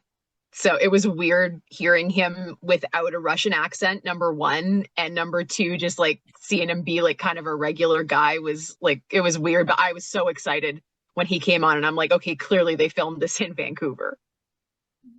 All these Star Trek, Stargate, all these people, that's usually how you know. And I'm pretty sure it was filmed in Canada. The Templeton High School that they filmed at in the first one, and it's in Vancouver. So yeah. As far as the other ones go, like I don't know. I was very much caught up in the main characters to the point that I was not really paying that much attention to like anything that was going on around them, which is weird because usually I'm doing the opposite. But I mean, I think that says something to the actors and actresses that were playing the main cast. I'm like, wow, you were so good that I didn't care what else was going on. Yeah. I thought it was cool to see the people in, but it's hard for me to then be like, oh, they're part of Scooby and not, oh, he's from Night Court or she's from Happy Days, you know? But yeah, it's still cool to see. I guess in my brain I treated them more like cameos, and they're really not because they were playing different characters. Let's talk about the gang's outfits. Devin? This is actually tough. Okay. I think in the second movie they pretty much nailed it. I'd say they nailed it. They're all on theme. They've got the right colors, the right attire. They change it up plenty. In the first movie, I don't like that they're not all wearing their color palettes the whole time. I don't vibe with that. I feel like Shaggy's wearing a black shirt. He is wearing a red shirt for a minute. Red shirt Shaggy. He's wearing a red one for 5 seconds. Yeah, and like Fred's wearing like a maroon polo at some point, and like I don't know. I don't like when the gang's not in their colors. I think that's like part of the appeal of bringing the cartoon to live action is those bright colors and everything. I kind of wish that like everyone was wearing like ridiculously bright colors, like even the background characters and stuff. Like I wish everybody was like in the similar like tone, you know. The first movie felt a little, and not in a bad way because it is, felt like cheaper costumes. I feel like the costumes felt a little cheap at some points. And then the second one, it felt like they stepped it up. Like Shaggy's like rocking like a cool like green like suit when he goes on a date with Velma. That's all like checkered or plaid or whatever. That's pretty cool. The ending scene is absolutely crazy with their outfits and whatever was going on with the ending of the second movie. We can talk about that a little bit more. What was all that? I don't know. Yeah, I guess I don't have a lot to say except for I just don't like when they're not fully in their color schemes. And I wish that Fred wasn't wearing like almost no orange. He does have a pretty cool jacket that has like some orange stripes on the inside of the collar, which I liked, but he's got to have, I think he's got to have a touch of orange. You see? Yeah, look at it. I paid attention. That's important. A little bit of orange and you're Fred. That's all it takes. Yeah, I don't know. Nothing crazy, but I think they should always stick to the color schemes. I think that's important. I think it did make sense though in the first movie because they weren't really the gang. So that was their whole origin thing they were meeting. And then So they have to be the gang to get their colors. Well, I mean, you think about it, they weren't the gang, so they weren't really like playing that role, you know what I'm saying? And it wasn't until the end of the movie really that they started wearing more of their color schemes. And I think it kind of made sense because they were thrown into that first mystery in the school. They ended up in detention and then the ghost showed up and they kind of they weren't the Mystery Inc. gang yet. They were just kids at school. And then they decided that they were going to solve the mystery together.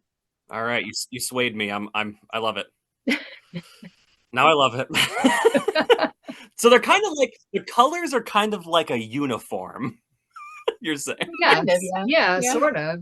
Interesting. And then to think at about the it end of in the that movie, way. when they more like decided, oh, we're gonna keep doing this, like let's keep doing it. Then they started wearing their own color schemes, and then that carried over to the second movie. All right, I like it now. It was symbolism, I think. All right. Yeah. I'm in. Wendy, your thoughts on the outfits? Well, I mean, I don't know. I would have to like go, even though I just watched the first one yesterday, like now I'm like, what did I miss in the first one? Because well, like obviously they were not wearing their traditional stuff. I don't know. For some reason, whatever they were wearing in that first movie, it translated enough for me. Where I was like, okay, well, I can see what you're supposed to be. It's definitely toned down, but you know, and that did make it all the more satisfying when you get to the second one and it's much more traditional. I mean, Velma's like practically wearing her traditional outfit as well, which they almost took that too far, where she sort of stood out from the rest of the gang to me when I first saw her in like the skirt and the turtleneck and the knee socks. And I'm like, oh, whoa.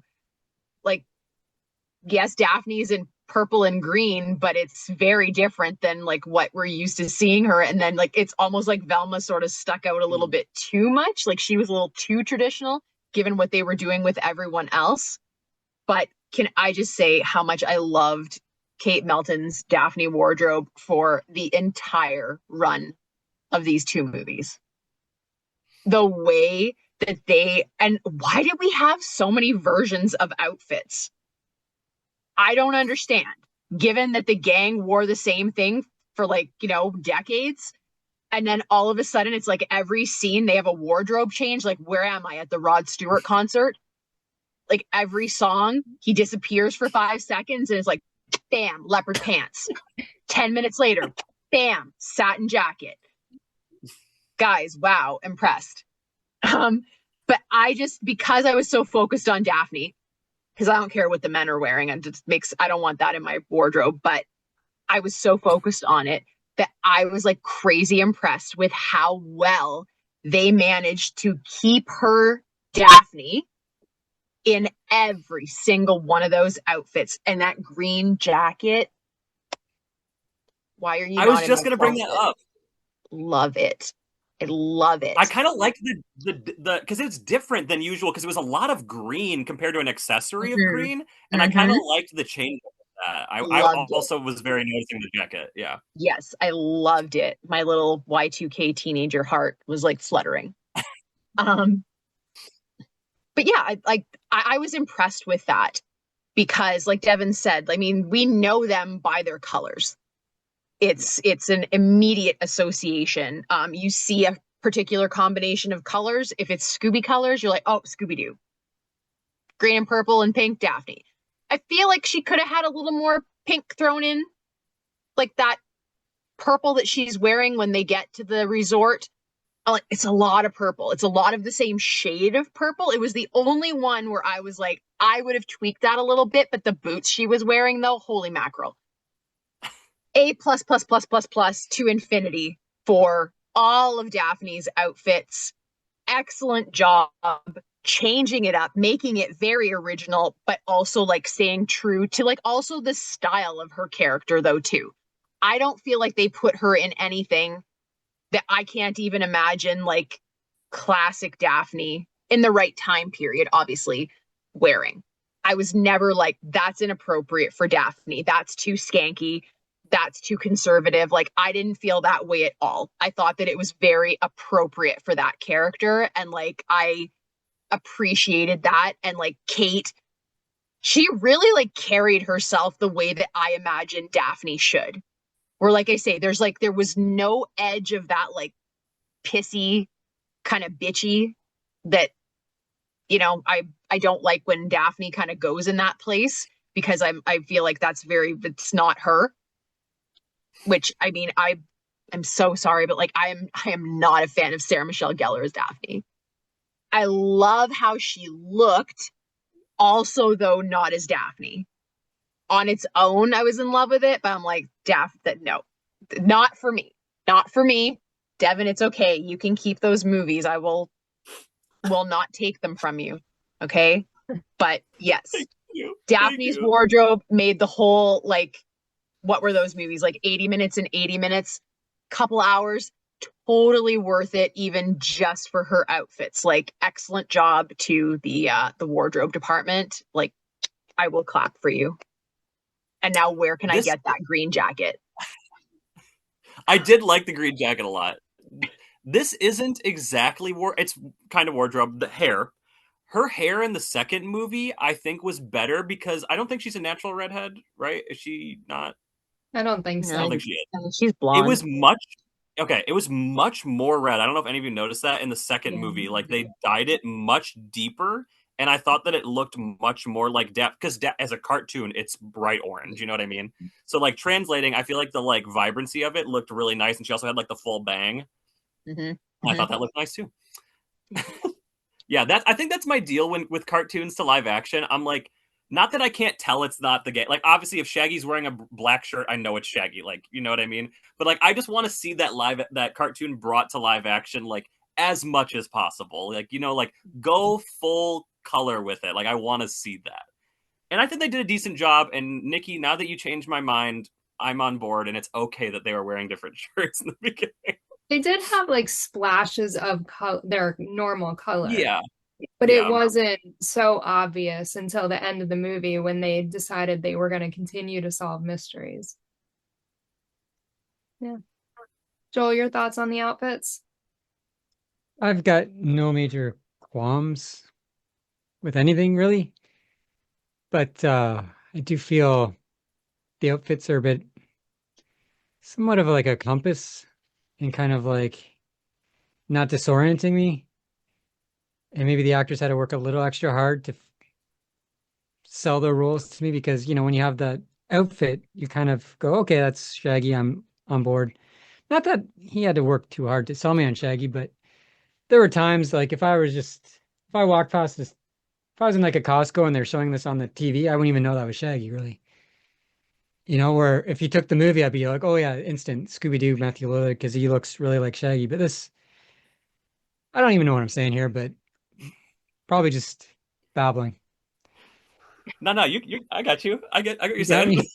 Yeah, I got you. Like, I just maybe I don't understand why they went with those outfits. I don't know if it's budget or if it was intentional, like Nikki's theory, in that they hadn't been established. But part of me is like, why wouldn't you be a little more consistent in like the presentation, just Yes. from a visual aspect? But again, I'm not angry with either. I'm just, maybe I'm just trying to say something different. I don't know. It's not working, but that's all I got.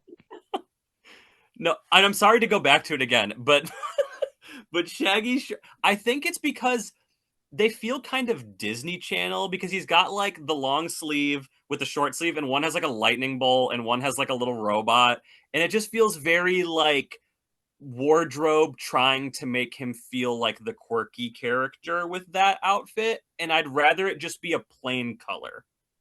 I think maybe the design on the shirt is throwing me off. I don't know. Yeah, There's something about it. There's like I don't know what it is, but because you guys are like didn't grow up in the same time I did with the Disney Channel stuff. But when I was growing up, like every Disney Channel original movie, the silly side character for some reason was wearing like a fedora and like a weird shirt, and I'm like, stop! No one's wearing fedoras. I'm sorry, they're not cool, and no one's wearing them. Stop making the side character wear these fedoras at school. It's weird. And I feel like that's the same essence as these shirts that Shaggy's wearing. Yeah, I can see that. Yeah. Harry the Platypus did good with the fedora, though. Okay. So yes. No hate to Perry. No hate to Perry. Nods to Where Are You, or even other iterations of Scooby-Doo. Wendy? Yes, that ending on season 1 is obviously the most obvious because they are like reenacting. They've even got like the little glowing skull and everything, and the hand going after Daphne. Having something that obvious at the end was a really nice, I think, nod to fans that are very like up on the originals, that are not like people like me who like have a stick shoved up their butt when it comes to Scooby. But yeah, the whole way through, it was so, I mean, it was both obvious, but also really subtle. Like the touches where, I mean, I picked up on them. I'm like, oh, this reminds me of Where Are You? Or like, oh, this, you know, and yet it also like, it was so seamless though. It was so well written into the show.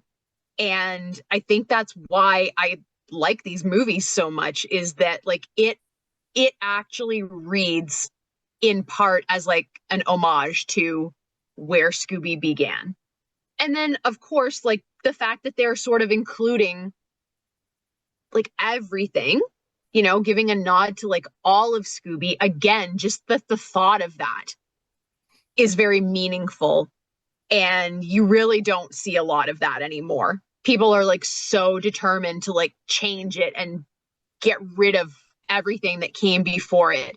So to like see them embrace all of Scooby's history and find a way of like showcasing it, but in a way that's not like on display, you know, it's not like they're like, oh, look at us, look at, we're paying tribute. It's like, no, it felt very organic and it worked. That I think is pretty special. You know, people just, they don't care about that stuff anymore. And they should, you know, you should respect where, whatever the franchise is, like where it came from. Because if it hadn't have been good in the beginning, you would not still have it to monkey around with now. So like you should be paying tribute to how it was made and why it was made. And like, again, show a little respect. The Scooby franchise is lacking in respect in 2026, in my opinion. You know, this idea that you have to like piss on something to make it yours, like F off with that. I don't even care. It doesn't even have to be Scooby. It would be anything. If it's not your creation, you need a level of respect for it. And this has like respect for Scooby in spades. I would be shocked if someone told me that, oh, well, this was like, you know, written by people who never liked Scooby and dislike the character and, you know, don't like classic whatever. I mean, I would be like, are you sure? I don't believe you. Because you can't you can't fake that level of sincerity. I don't think that anyone is like a good enough actor or actress or writer or whatever to like do a good job in faking that. I think it comes across as like cheap and insincere when you're like pandering to your audience, like better give them like a little nod or they're gonna, all the prisses are gonna be like complaining about it. It's like that. None of these films, like nothing read that way for me. And I love that. So again, people like learn something from this. That's how you do it. I wish that reunion special had maybe watched these films and been like, okay, that's how you make nods to things. They knew and still make it your own. They knew how to do it because they mentioned it at the end. They chose not to do it that way. That was a conscious decision. It was. And that's not, like that's gross. Like they're basically being the bully on the bus. Yeah. And he should have got the crap beat out of him until he puked. I think we've established that. Yes. 100%. Joel, your thought on the nods to previous iterations of Scooby? Again, I'm going to say stuff, but I'm not really going to say it smartly. There's a word I hear a lot thrown around a lot on YouTube and on Reddit called pandering. And although we get like a lot of tropes here, like Velma losing her glasses and jokes about splitting up and jokes about food, I don't think they were pandering. I don't even really know what pandering means anymore because I think it's just overused like gaslighting now. Just people just throwing it out, not knowing what they throw it out so much that it's lost its meaning. But I think the original intent of pandering is you're just, I don't know. Can someone explain it better than me? Or it's a negative word? Pandering is where you're basically giving people what it is that they want, but you're doing it begrudgingly. Right. Which I don't think they're doing here. No, definitely not. I think they're showing affection for it, and it's done in a way where if you're a kid watching Scooby-Doo for the first time, you might not understand the joke, but you will later on. And you'll go, "Oh yeah, that's what that." But it also works for the episode itself, all the tributes, I would say. And I love the ending montage, of course. I thought that was really well done, and it made me want to see more of what they're going to do. And now I'm kind of disappointed they've only done 2. I wish they kind of maybe went on with this. And I'm really more interested now to hear what Devin has to say because he's got a lot to say. Stop. Hey, you can't throw it to me like that every time. Before Devin says anything, there was a script for a 3rd movie. Oh, right. And Daniel Altier told us that there was a script and it was going to be about time travel. But they opted not to move forward with it. So, yeah. Can we just say that it's not too late? Like, I would be totally fine. Like, I mean, I saw Robbie Amell recently in this video, and he definitely has aged. I don't care. Make the Scooby Gang, let them pretend like they're still teenagers. I don't care. I don't care what they look like. Put them in their clothes. Let them do their thing. Make, like, the script's already written. Make the movie. Actually, with time travel, them being older might be better because they can use makeup to de-age them. Absolutely. Yeah. I'd be here for that. I've been saying the same thing about the first 2 live action movies for 25 years. Give me the 3rd one. I don't care. They can be old and it's okay. Like, they can solve mysteries when they're not teenagers and it's all right. Like, let me just see it. Maybe that's what we need to change it up. We did a pup named Scooby-Doo and now we need geriatric Scooby-Doo. Just let's see it. Like, give it to me. Everything you guys said, yes, about the Where Are You stuff. And I totally agree with what Roll said. About wanting to see more. I wrote the same thing in my notes, is like, it went by so quick at the end, because I remember it happening because I've seen it before. And I remembered it being a little bit longer, but it was so fast. And I was like, man, they did such a good job. Like, it was like, it was way more cartoony and campy than the rest of the movie, and I kind of loved that. Like that skull chattering and stuff was great, and like I like that they went for the "What's New" theme song instead. Was a nice change up, because like you could have done the "Where Are You" and that would have been fine, but like that's pretty like I've seen that, you know what I mean? So like "What's New," and they have the whole thing where they're like running on the like thing, like live action cartoon with it. I think they did a really good job at recreating it, and I would like to see more of it.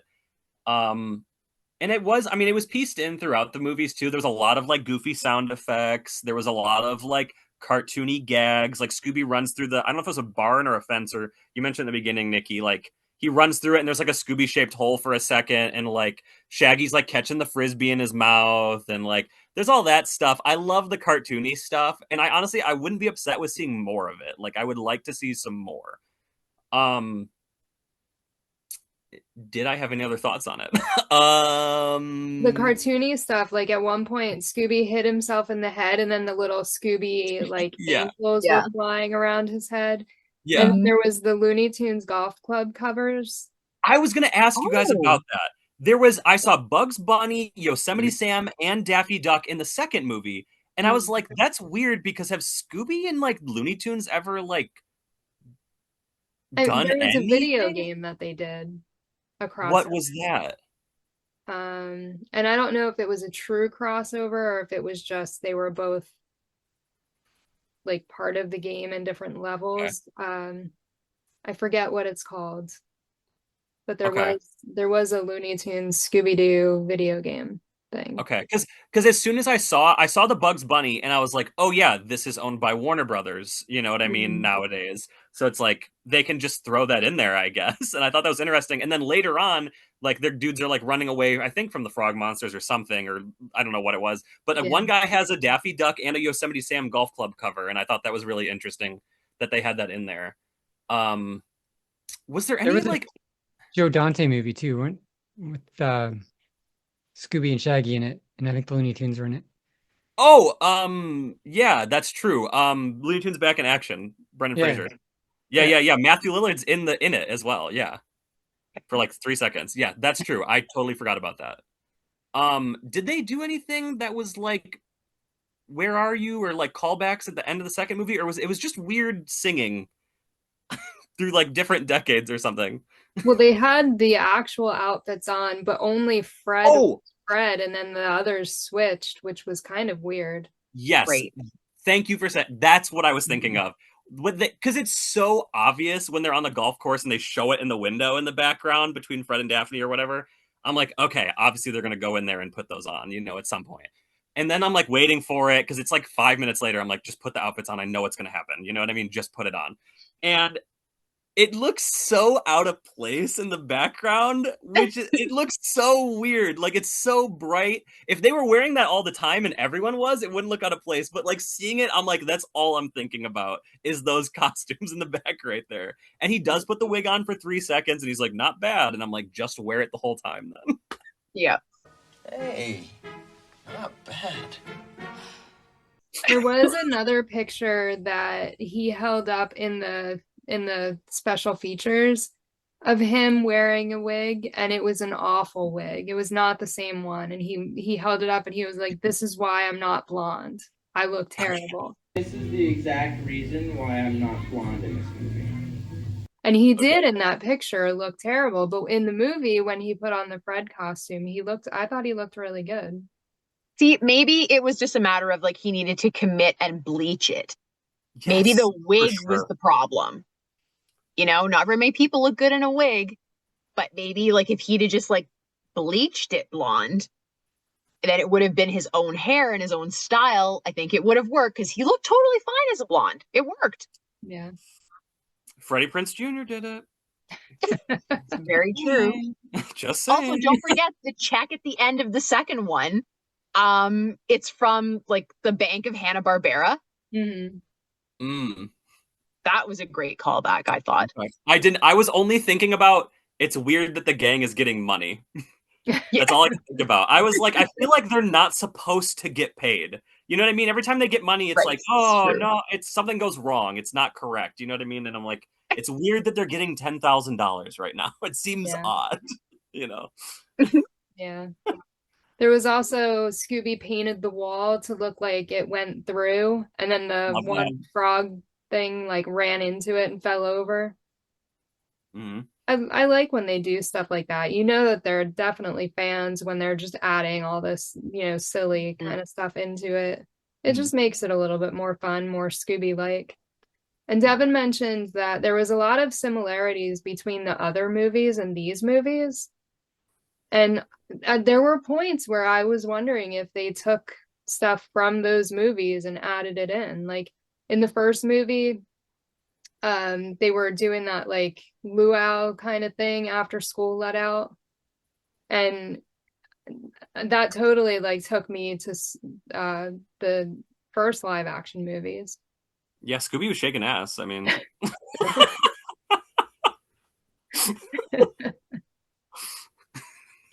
and then they did that whole like dance thing at the end of the second movie, and I'm like, they did that at the end of this first set of movies. Like, Yeah. I just kind of felt like it was taking me back to those movies, and I thought that was a little bit weird that there were some similarities between the two.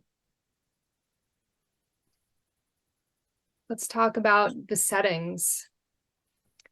So besides like the normal settings that we would typically see in Scooby-Doo, cemetery, haunted house, the barn, the lighthouse, they even did like the chase scene with the doors. These were set, one basically in a school and the other one, I know it was a country club, but so much of it felt more like they were at camp than at a country club. Right. To me. So as far as settings, what are your thoughts, Joel? I wanted to discuss Shaggy's room briefly.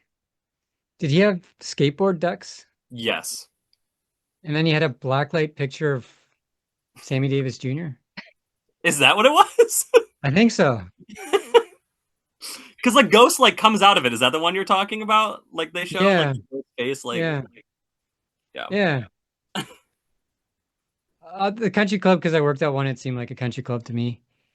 Haunted Lighthouse was cool. The country club, they could have made it spookier. Yeah. I think they just had like a day or two to shoot there, and then they just kind of all these sets, they felt like they just had a day or two, and they just kind of moved on. Except maybe the high school. They spent more time in the high school. But number two, you got the boat museum. That was cool. You get the Grubwort store. And I do like that joke too with Mrs. C. I'm going to call her Mrs. C from Happy Days, but you have the painting of her and then her face appears. I love that joke. Yeah. I'm probably the worst person to start off with these settings, but I like them all. The mountain guy's house on the mountain, his World War II setting. Yeah, they're really snappy. They moved around the barn. Yeah, I don't know. I'm just babbling. Next, Dewey. Debbie. Yeah, me. All right, I'll go next. Have you guys you may probably not. Have you guys ever watched High School Musical 2? Okay, the second movie is literally the same thing. It starts off with them in a classroom and they're looking at the clock. There's obviously singing involved, so it's a little different. Same thing as the beginning of the second movie of this. They're looking at the clock and they're like, "Yay, it's summer!" And then they're like, "My relative has a resort or a country club. We got to go work there for the summer." It's like the exact same plot. Okay, they're like on the golf course and stuff the whole time. It's literally like the same thing. It's really weird. So the golf course country club, did I like it? I agree with Joel. I think it could have been spookier because like everyone leaves after the frog monsters attack. They call them lake monsters. I wish they would have just thrown frog in there.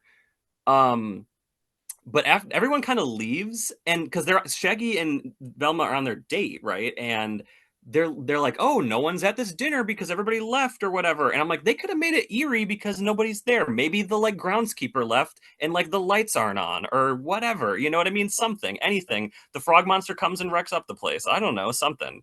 it was too bright. I don't like when it's too bright and whatever. The school was better, I think, because it was like they were there at night sometimes, and they were at the guy's house at night, and they were kind of running around in the dark, and like the cemeteries at night. And I think that just like overall creates for a better spooky atmosphere. But I was waiting for a time to bring this up, and I think that this is probably the best time. I think the second movie looks better than the first movie. I think the first one, not in a bad way, almost feels like a school project or like a fan film type of thing. But the second one, director of photography, I saw it in the credits right away. Dean Cundy. Joel, do you know who Dean Cundy is? He is directed. Let me read them to you. This is really important. Okay, I'm gonna read all of them too. All right, are you guys ready? I was like, Dean Cundy, director of photography on this? Awesome. Halloween 1 through 3, The Fog, Escape from New York, The Thing. He's worked with John Carpenter a lot, okay? The Thing, Big Trouble in Little China, Back to the Futures 2 and 3, The Flintstones movie, Flubber, Psycho 2, Death Becomes Her, Romancing the Stone, Jurassic Park, Hook, Honey, We Shrunk Ourselves, my favorite Dan Aykroyd movie, Nothing But Trouble, Parent Trap, Romancing the Stone, Casper, Roadhouse, Apollo 13, this, for some reason, and Adam Sandler's Jack and Jill. So he's got, those are all really crazy, huge movies, and then this and Adam Sandler's Jack and Jill are also on that list for some reason, which I thought was really interesting, because as soon as I noticed that he was in the credits, I was like, this movie does indeed look better. Like, it's shot pretty nicely, like it looks good. It looks good, and he did a good job. And I think that elevates the second one for me in a little, like, in a better way. Even though I don't like the setting as much as the first one, the second one just looks better overall, and I think that matters. Wendy, your thoughts on the setting? I'm not really fussy on either of the settings, but I do think that the high school setting worked because they were primarily not really doing school stuff. Because they were detention, and then they were suspended, and then they were expelled. So they're at the high school, but like we're not necessarily having to see them beyond like a scene or two do school stuff. And so for me, that worked really well. And it was I don't know, it was kind of spooky, some of the stuff that they were doing at the school. I feel like this, like, it was what it needed to be. Obviously, that kind of had to be the setting to do what they wanted to do with that film. And it worked well. And this film, I mean, I was already 5 years out of high school when it came out, but I feel like it was close enough, though. Like, it was still like pre-2010. And I graduated in 2004. So like, it kind of felt, I mean, it was a little bit different, but oddly enough, even though technically, I guess I would have been closer to like the original live action ones as far as like when I was in high school, because I was legitimately in high school when those came out. But this one felt more like my school, or like my era of school. And so that made it more like appealing to me. Yeah, I don't really have much to say more about this. Like, it was just fine. I didn't really find that, like, I wasn't disappointed in the settings, but they were also like nothing special. But again, it was just like, it was a well-written script, so it kind of was irrelevant, like, where they were for me. I wasn't paying too much attention to that. Like, nothing stood out.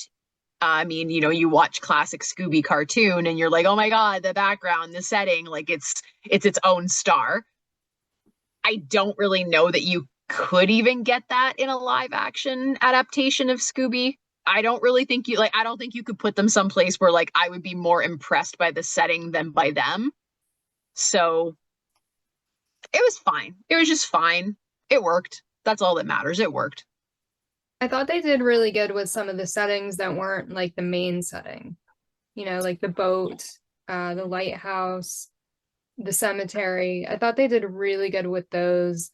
And I kind of feel like they should have spent more time in those. The underground school was really good.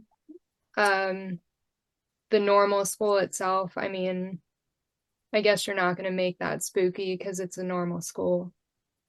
But I do like more of a spooky kind of setting for Scooby. I wanted to say too, whoever was painting that boat did a really terrible job. That like pink or purple, I think it was supposed to be pink, was Yeah. really poor. Like that's all I could look at. I'm like, man, it's like splotchy and looks dreadful. Like they need to hire somebody that's professional. They need to hire Wendy. It looks bad.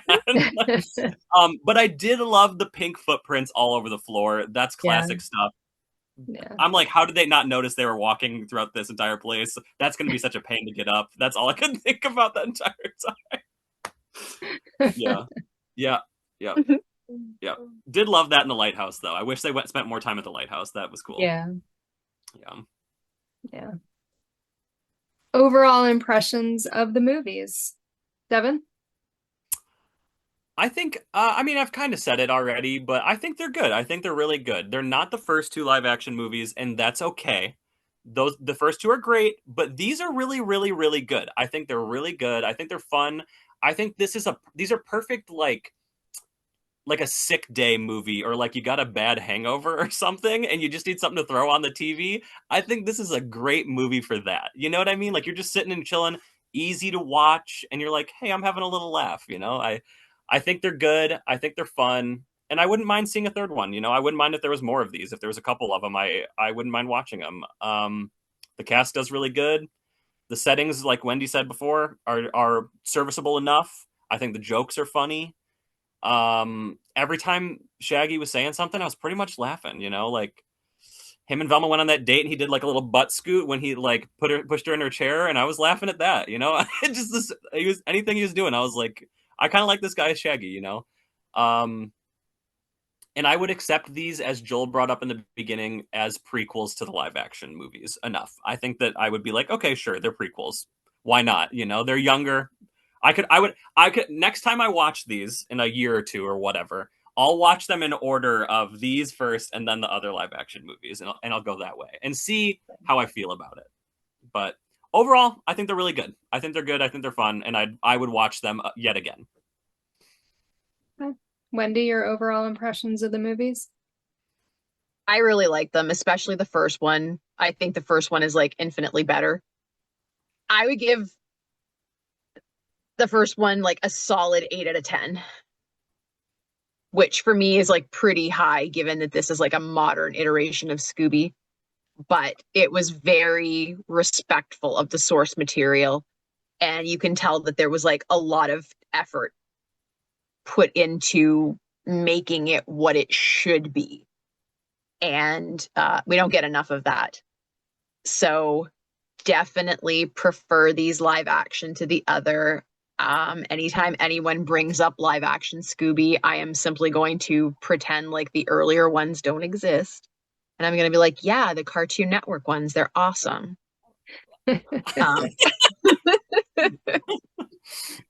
No, they're excellent. They're excellent. They are what they are. I still like, I mean, honestly, I don't need a live action Scooby.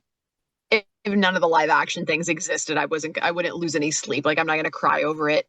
But I do think that these really, like, for a Scooby project, they hit the mark for sure.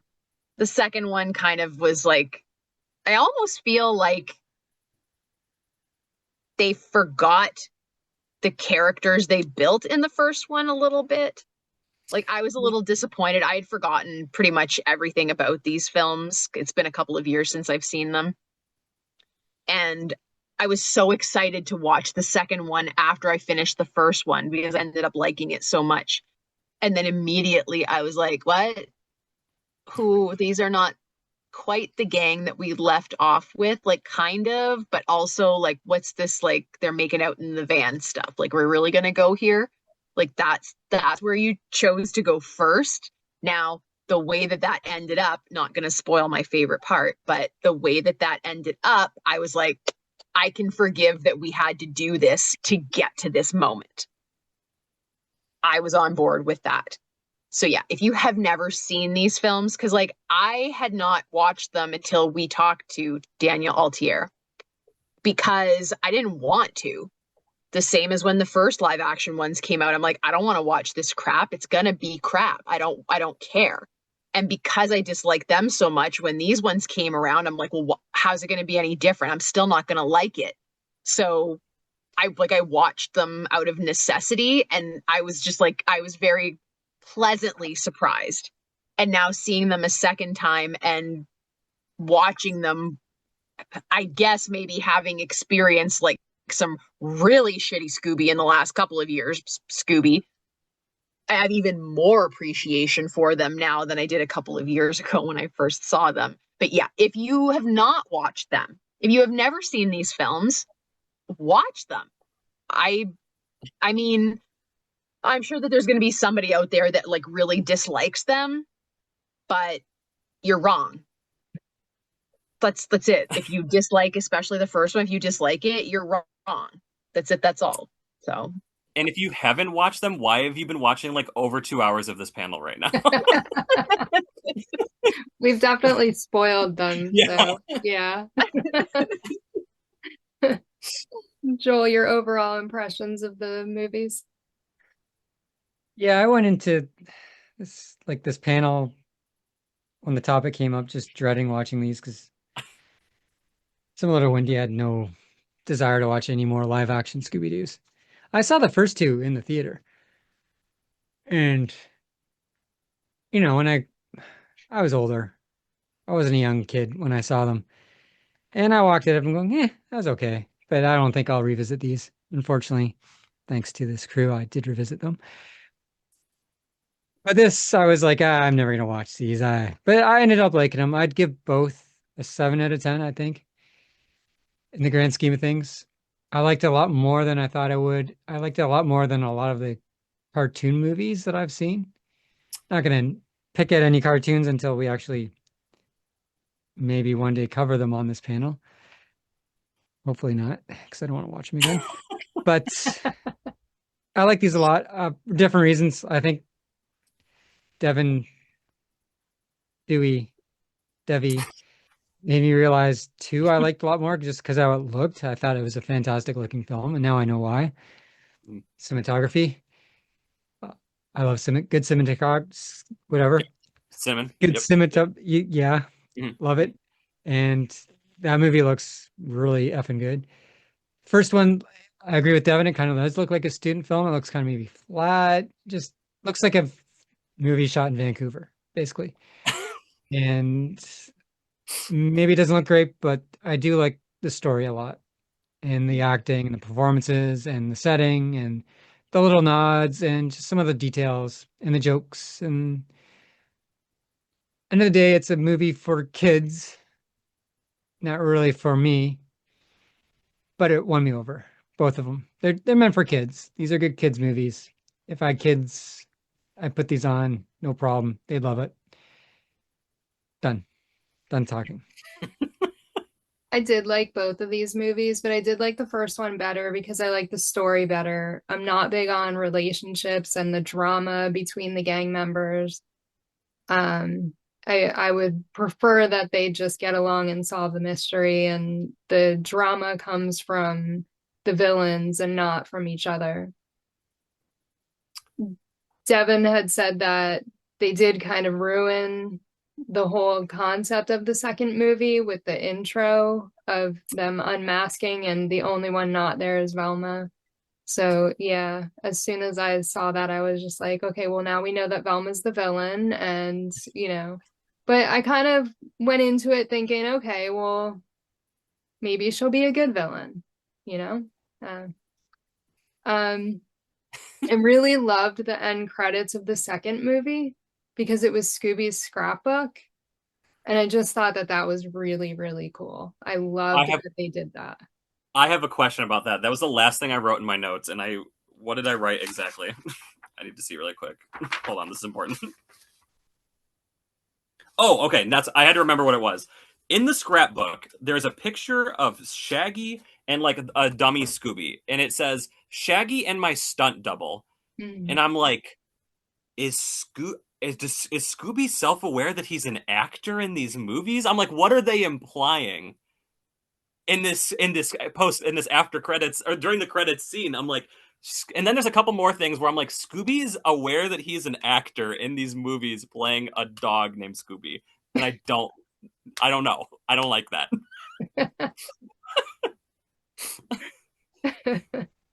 But I did like it was funny that the picture of Shaggy and Velma with the other dog, and he wrote traitors under it. Yeah. I thought that was really funny. Yeah. Oh, okay. That reminds me, this is jumping way back to when we were talking like 5 hours ago now, when we were talking about CGI Scooby. I think that Scooby looks awful in that first movie because they show a bunch of real dogs first and then Scooby. If they would have shown no other real dogs or they were all CGI or whatever, I think it would look better. It's kind of like the Garfield movies, how like Garfield's the only animated one and then like Odie is like a real dog. And I think that's, I don't know, maybe there's something with that where it throws off the CGI if it's next to a real animal. I don't know. Just had to put that out there. Yeah, I can see that. Yeah. Why are these two movies ignored compared to the first set of live action movies? And do you think they deserve more respect in Scooby history? Wendy? Yeah, they definitely deserve way more respect than what they get.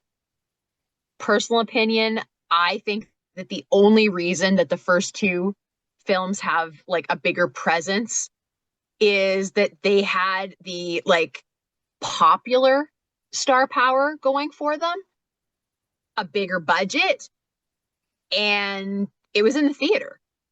It was like a full-blown, like, it was a movie, you know, you could go to the theater and see it.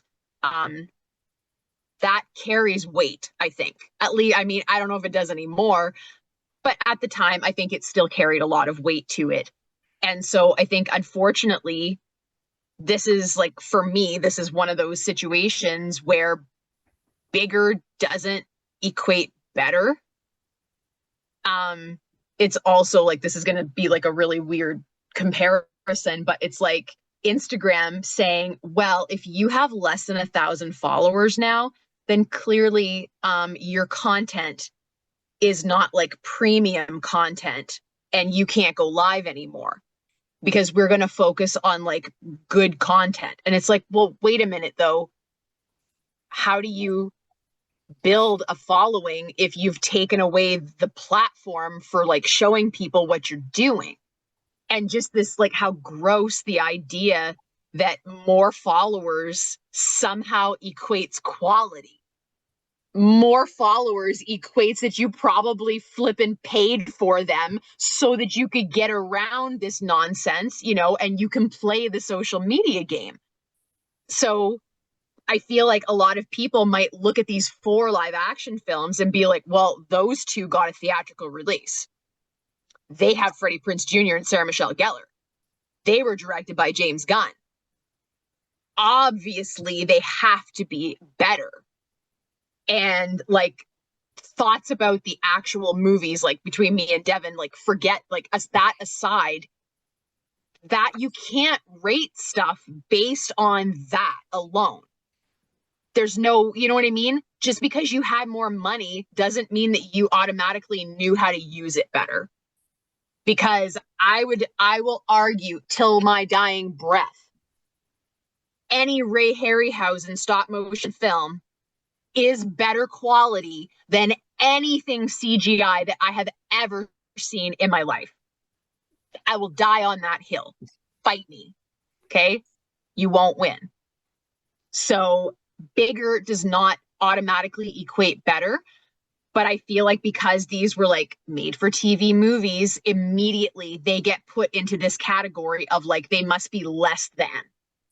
And if you never watched them, you have no idea that like Nick is a star. That Nick is like one of those actors that you see very, very rarely. Like, he has like star quality. There are lots of like good or decent actors, but there's so many, like Hollywood is like glutted with it because the way that society and the way that technology and the way that entertainment is now, it's so much easier, in my opinion. I think it's much easier to like try to get into something. And so like the market is just like, it's flooded with mediocre actors and actresses. There's not enough roles for like stars, because you don't have to be a star anymore to make it in Hollywood. And that is really unfortunate when like you have little gems like this and nobody even knows. I bet you that the most talented artist that is currently alive on this planet, nobody even knows their name. And they are out there maybe not even doing anything. Maybe they're not even doodling for themselves because they're like, what's the point? And more talent in their pinky finger than the rest of us combined. So unfortunately, I think that is the biggest reason that these do not get any attention. They don't get any respect. It's because nobody's bothered to watch them because they didn't have the opportunity to. Nobody shoved it in your face with a big poster, you know, and like, here's some movie tickets. There was no like huge name to draw you in. I mean, it's like what they did with Scoob. How disrespectful to tell your cast, who has been playing these roles for like 20 years now, you're not famous enough to headline our movie. Are you kidding? What? That's essentially what they did, though. They essentially told them, you are not popular enough. You are not a big enough celebrity name to sell our movie. And they went out and they got of the day, the big celebrities, the big stars, which again, not knocking them, I'm just making the comparison. 2001, 2002, 2003, 2004, Sarah Michelle Gellar, hot stuff. You know, not commenting on whether she should be or not, just like stating a fact. Freddie Prinze Jr., that was their era. Those people were the celebrities of that day. It's why they got cast. And it's why those movies, whether they are objectively good or bad, are remembered and they're still talked about. It wouldn't matter if they were the worst movies on the planet. I'm not saying that they are. Even if they were, though, they have that star power behind them. People would still give them a level of respect that they haven't earned simply because of the names and the budget and that kind of stuff. And that's really sad that that's the way that it works in entertainment sometimes, because things like this that are smaller but pack no less of a punch, really, when you like look at the substance of it, they're forgotten. And the people, unfortunately, their careers don't blow up. You know, nobody's calling to have them come, so they move on to other things. And like, it's sad. I don't know. I think that's sad when really good talent, it's just wrong place, wrong time. How much talent today is actually, well, you were in the right place at the right time and you knew the right person. You didn't actually earn it, but you ended up with the career. So I think that's sad, but I think that's the only reason, as far as like content goes and ability and talent and writing. Excellent films, these two from Cartoon Network. So just unfortunately, the way that people look at stuff, I don't think there was any other outcome than the way that they're looked at. Because unfortunately, that's just the way it is. Joel, your thoughts on why these movies are ignored, and do you think they deserve more respect?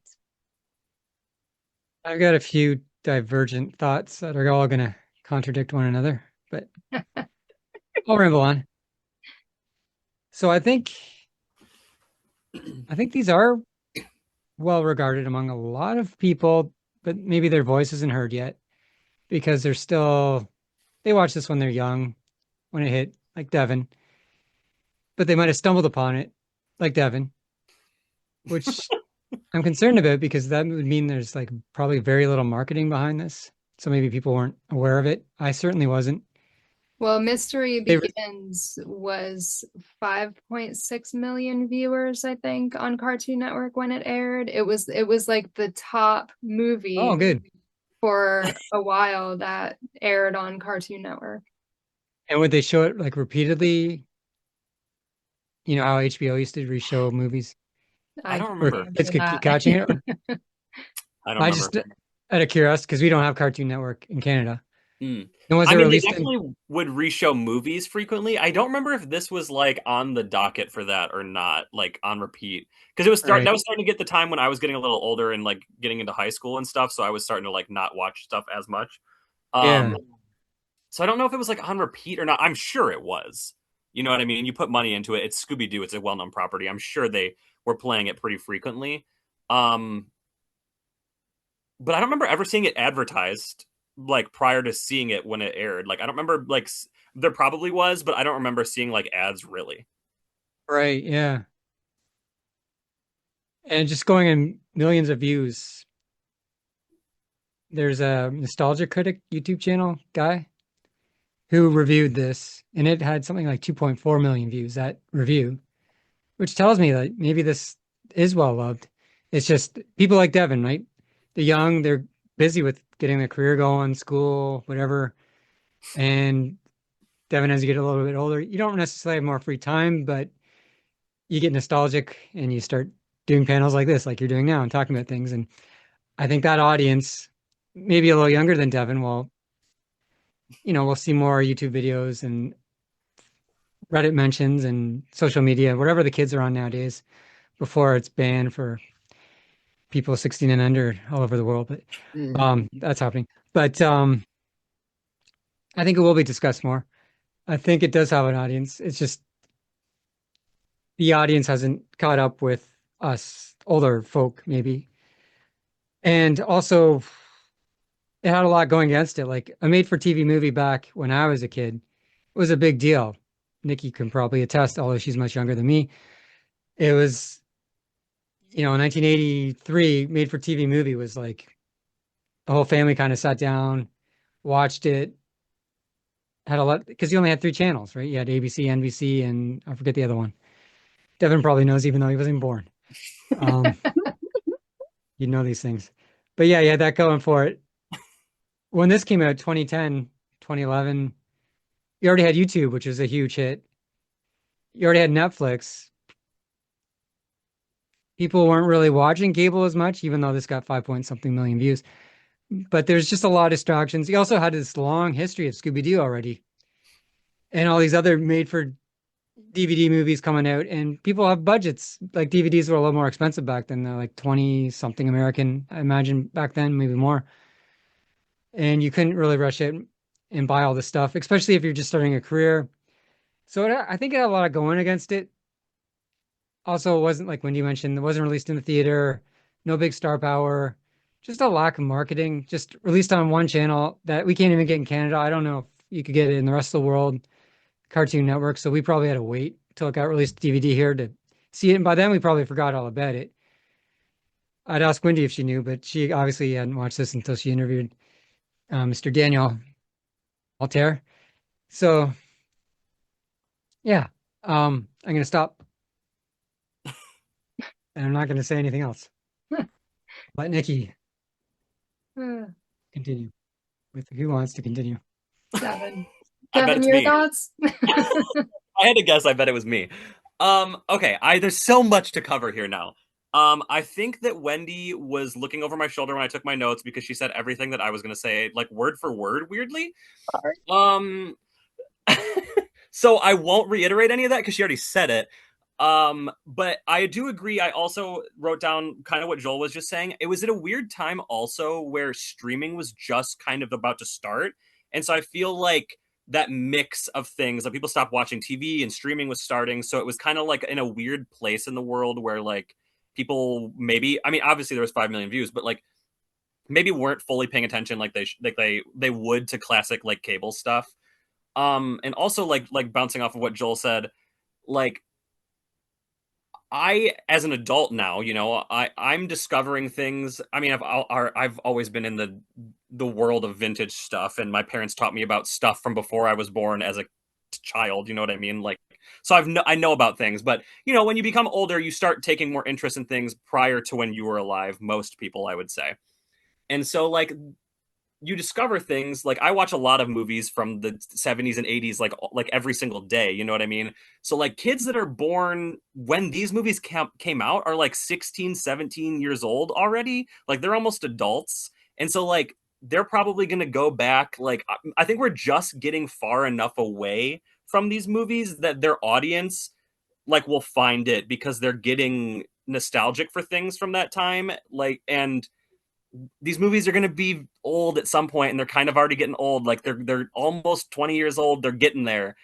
So like once they hit a certain point, people will be looking back at these and be like, "Oh, remember that? Those were actually pretty good compared to this new Netflix show we have." And then 20 years later after that, people are going to be like, "Man, that Netflix show was so good." Like that's just how it always happens. You know what I mean? Like in the moment, you're like, "This new thing sucks," and then you look back on it and you're like, "Actually, it was pretty good."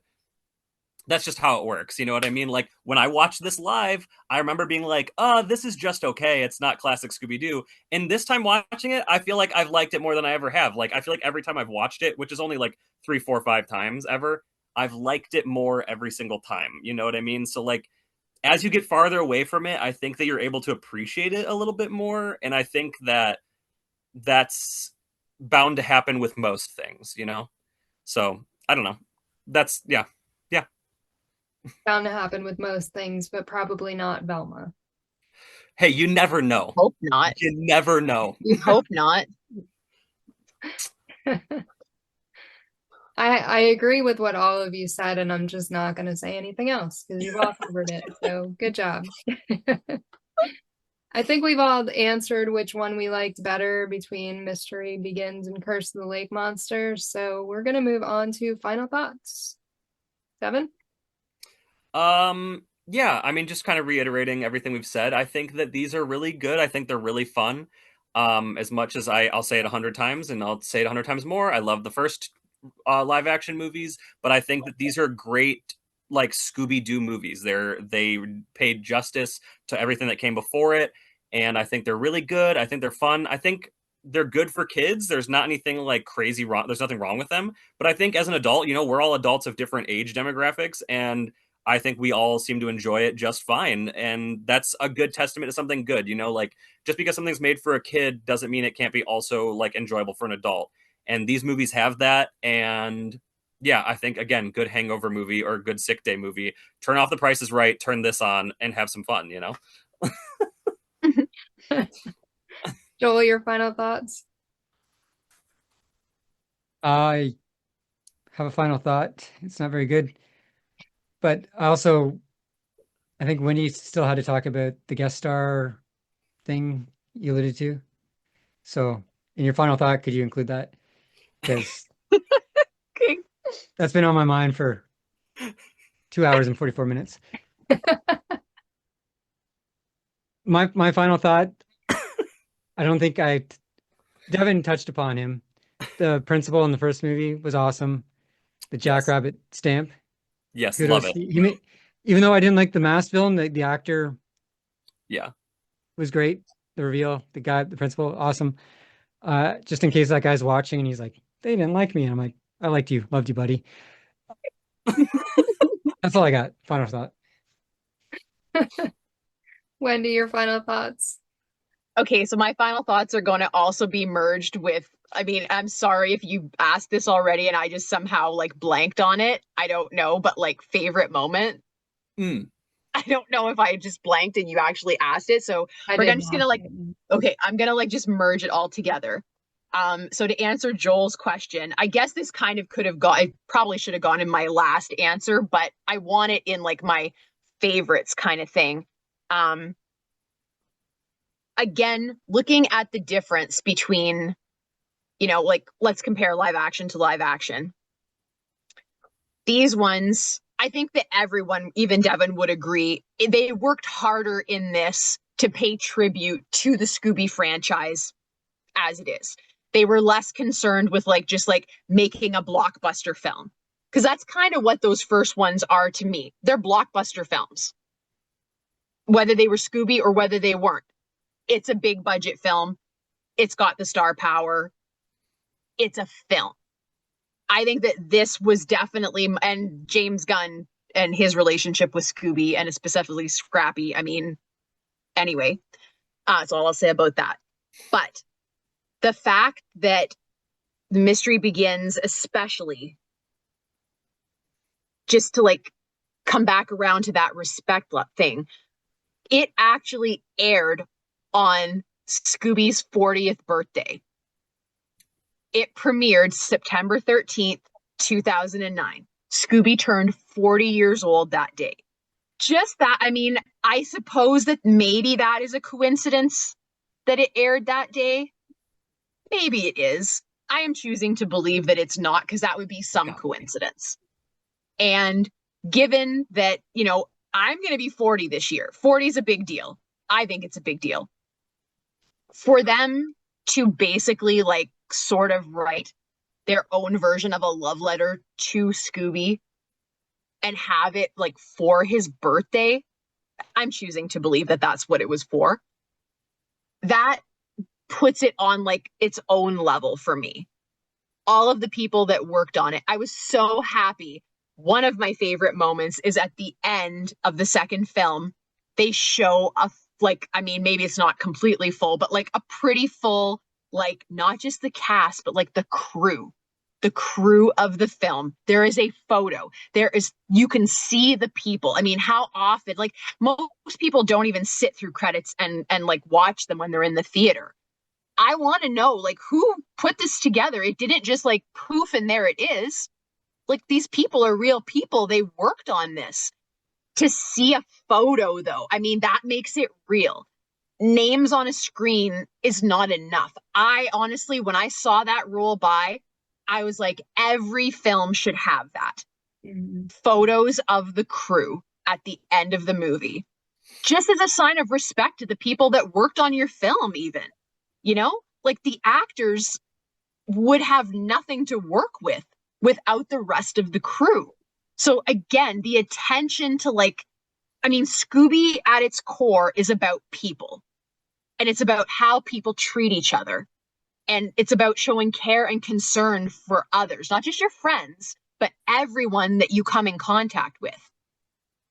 These, I feel like that spirit is in them. And to answer Joel's question, look at the, like, what is considered a guest. Like, I would agree with what Nikki sort of said, where like cameo is the word that came to my mind when we were seeing, you know, like Marion Ross and like all of these like classic people.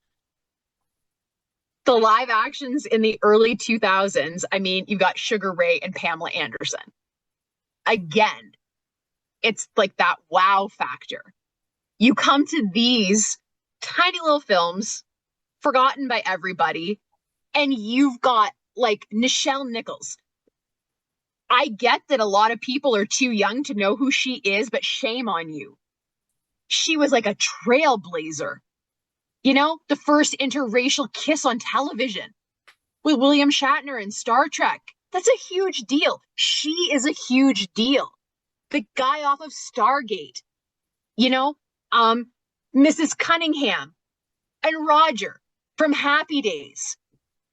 Just even in like the guest stars from these films compared to the other ones, like I can't even articulate how much that means to somebody like me who cares about the classics and who cares about paying homage to like what was before, and to like bring them all together like that.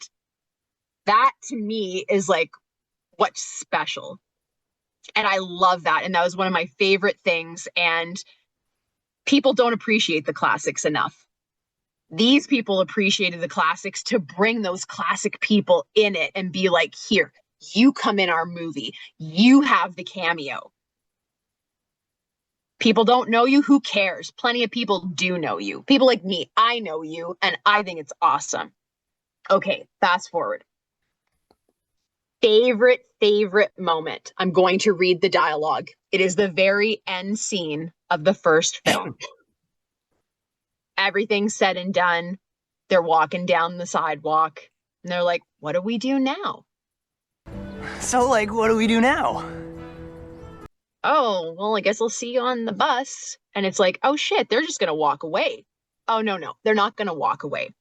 Velma says, oh, I hear there's been some strange goings on at the Coolsville Museum. Anyone feel like checking it out? I hear there's been some strange goings on at the Coolsville Museum. Anyone feel like checking it out?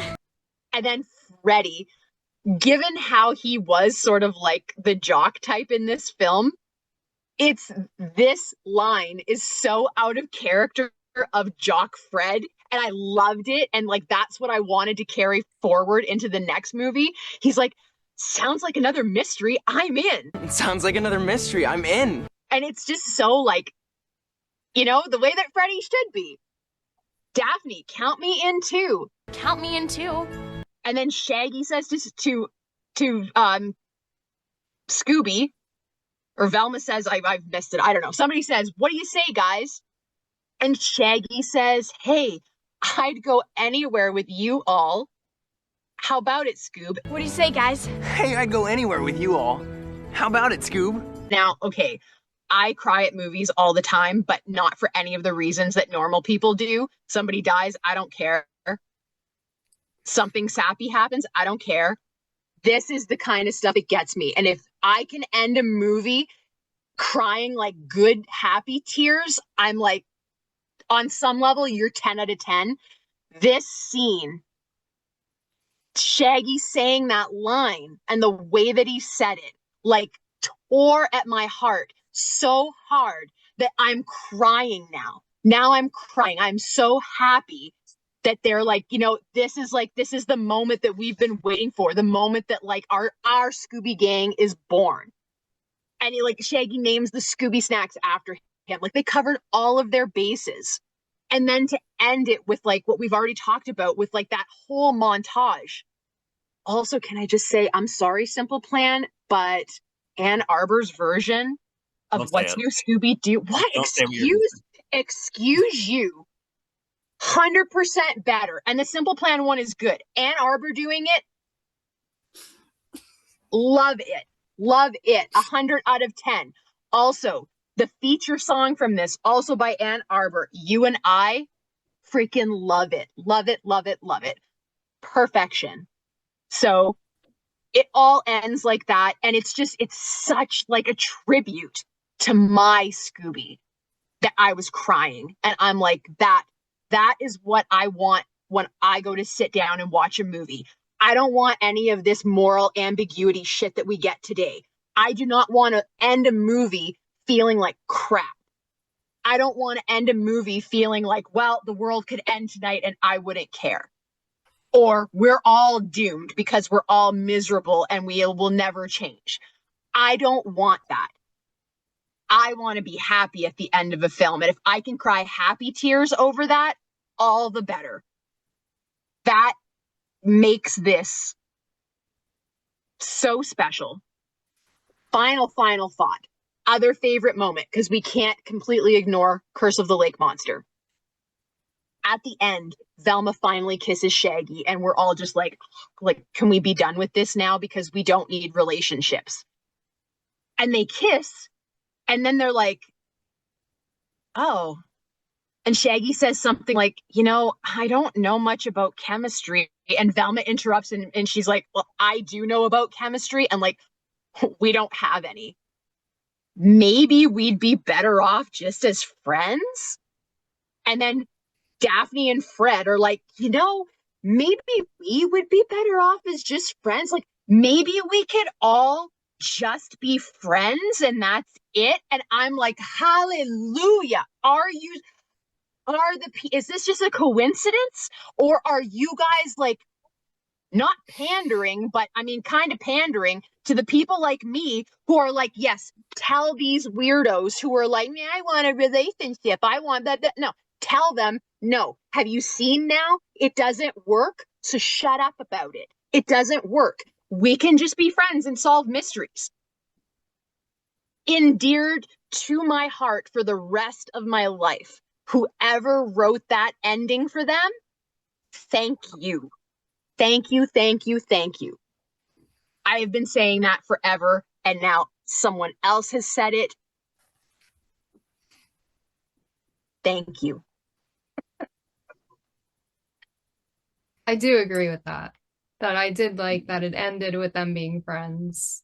And because I don't feel that relationships are necessary. They already have drama enough with chasing villains and solving mysteries. They don't need to create their own drama. And I felt like the second movie kind of focused more on that than it did the mystery itself. So I did like that it also ended with Scooby falling in Shaggy's arms, and they got the little Yes. love thing that was going on. And I was like, okay, that's sweet. Yeah. Yeah. Yeah. That's like the only relationship we need in Scooby is Scooby and Shaggy, but we are not condoning bestiality. Nikki said that one time years ago. I'll reiterate it. That is not what we're talking about. Cut this part.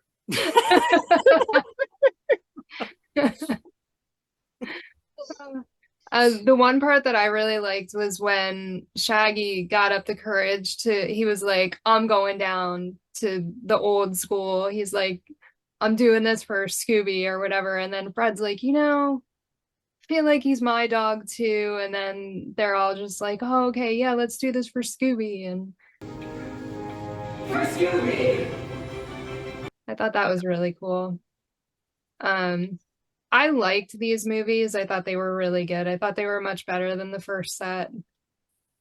I know, I'm sorry. But I feel like they were more Scooby, like you said. You said it, Devin. Don't use they my were words more against me. Scooby than Don't the take original my word. movies. So I do agree with that. They had more of the vibe of Scooby. The characters, I felt like they were more related to each character in the gang. I can't believe you're gonna gaslight and pander to me like that. I can't believe this. Oh my. Sorry. I don't even remember what else I was going to say. Sorry. But I like the movies, and I really liked all of the stuff that they put in to kind of nod to previous iterations and Where Are You? And I thought the music was really good. The characters were great, and they were fun movies, and they are really good movies for kids to watch. I didn't feel like there was anything in them that would be inappropriate for kids. No, I don't think so either. Yeah. So those are our final thoughts, and we're going to wrap things up. Before we do, let everyone know where they can find you on social media. And Wendy, we'll start with you. On Instagram, I'm at Wendy Bridge. On Twitter X, Wendy Loves Jesus. And my blog is wendylovesjesus.wordpress.com. Joel? YouTube, type in Planet Scooby. Devin? You can find me and Wendy live next week, Monday Night Raw, cage match, TLC match, fighting about which set of movies is the best. I'll be there. Yeah. And you can find all my links on ScoobyAddicts.com. Let us know your thoughts on The Mystery Begins and Curse of the Lake Monster, and thank you for joining us for another Scooby panel. Thank you for tuning in to another Scooby panel. I'm Nikki Blake from ScoobyAddicts.com. If you like these panels, please subscribe to my channel for more great discussions. A huge shout out to our patrons, Julie Rosen, Ross from ScoobyFan.net, Tagus, Garrett Spencer, Paul the Scooby Dude, and Jesse. If you would like to support the Scooby panel, please go to patreon.com/ScoobyAddicts. A very special thank you to artist, blogger, and Scooby collector Wendy Bridge, Joel from Planet Scooby, and miniature artist Devin Smith. Scooby Panel is available in podcast form on most podcast platforms or as a web series on YouTube. You can find Scooby Panel on Instagram, Facebook, and X as @ScoobyPanel. We are part of the Collector's Maze Network, where you can find all things geek. Scooby and Shaggy were voiced by Scott Innes. Check out Scott's website, onescottshop.com. Scooby Addicts artwork by Will Davenport. Scooby Panel logo by Garrett Spencer. Video editing by Nikki Blake. Please join us next time for another Scooby panel.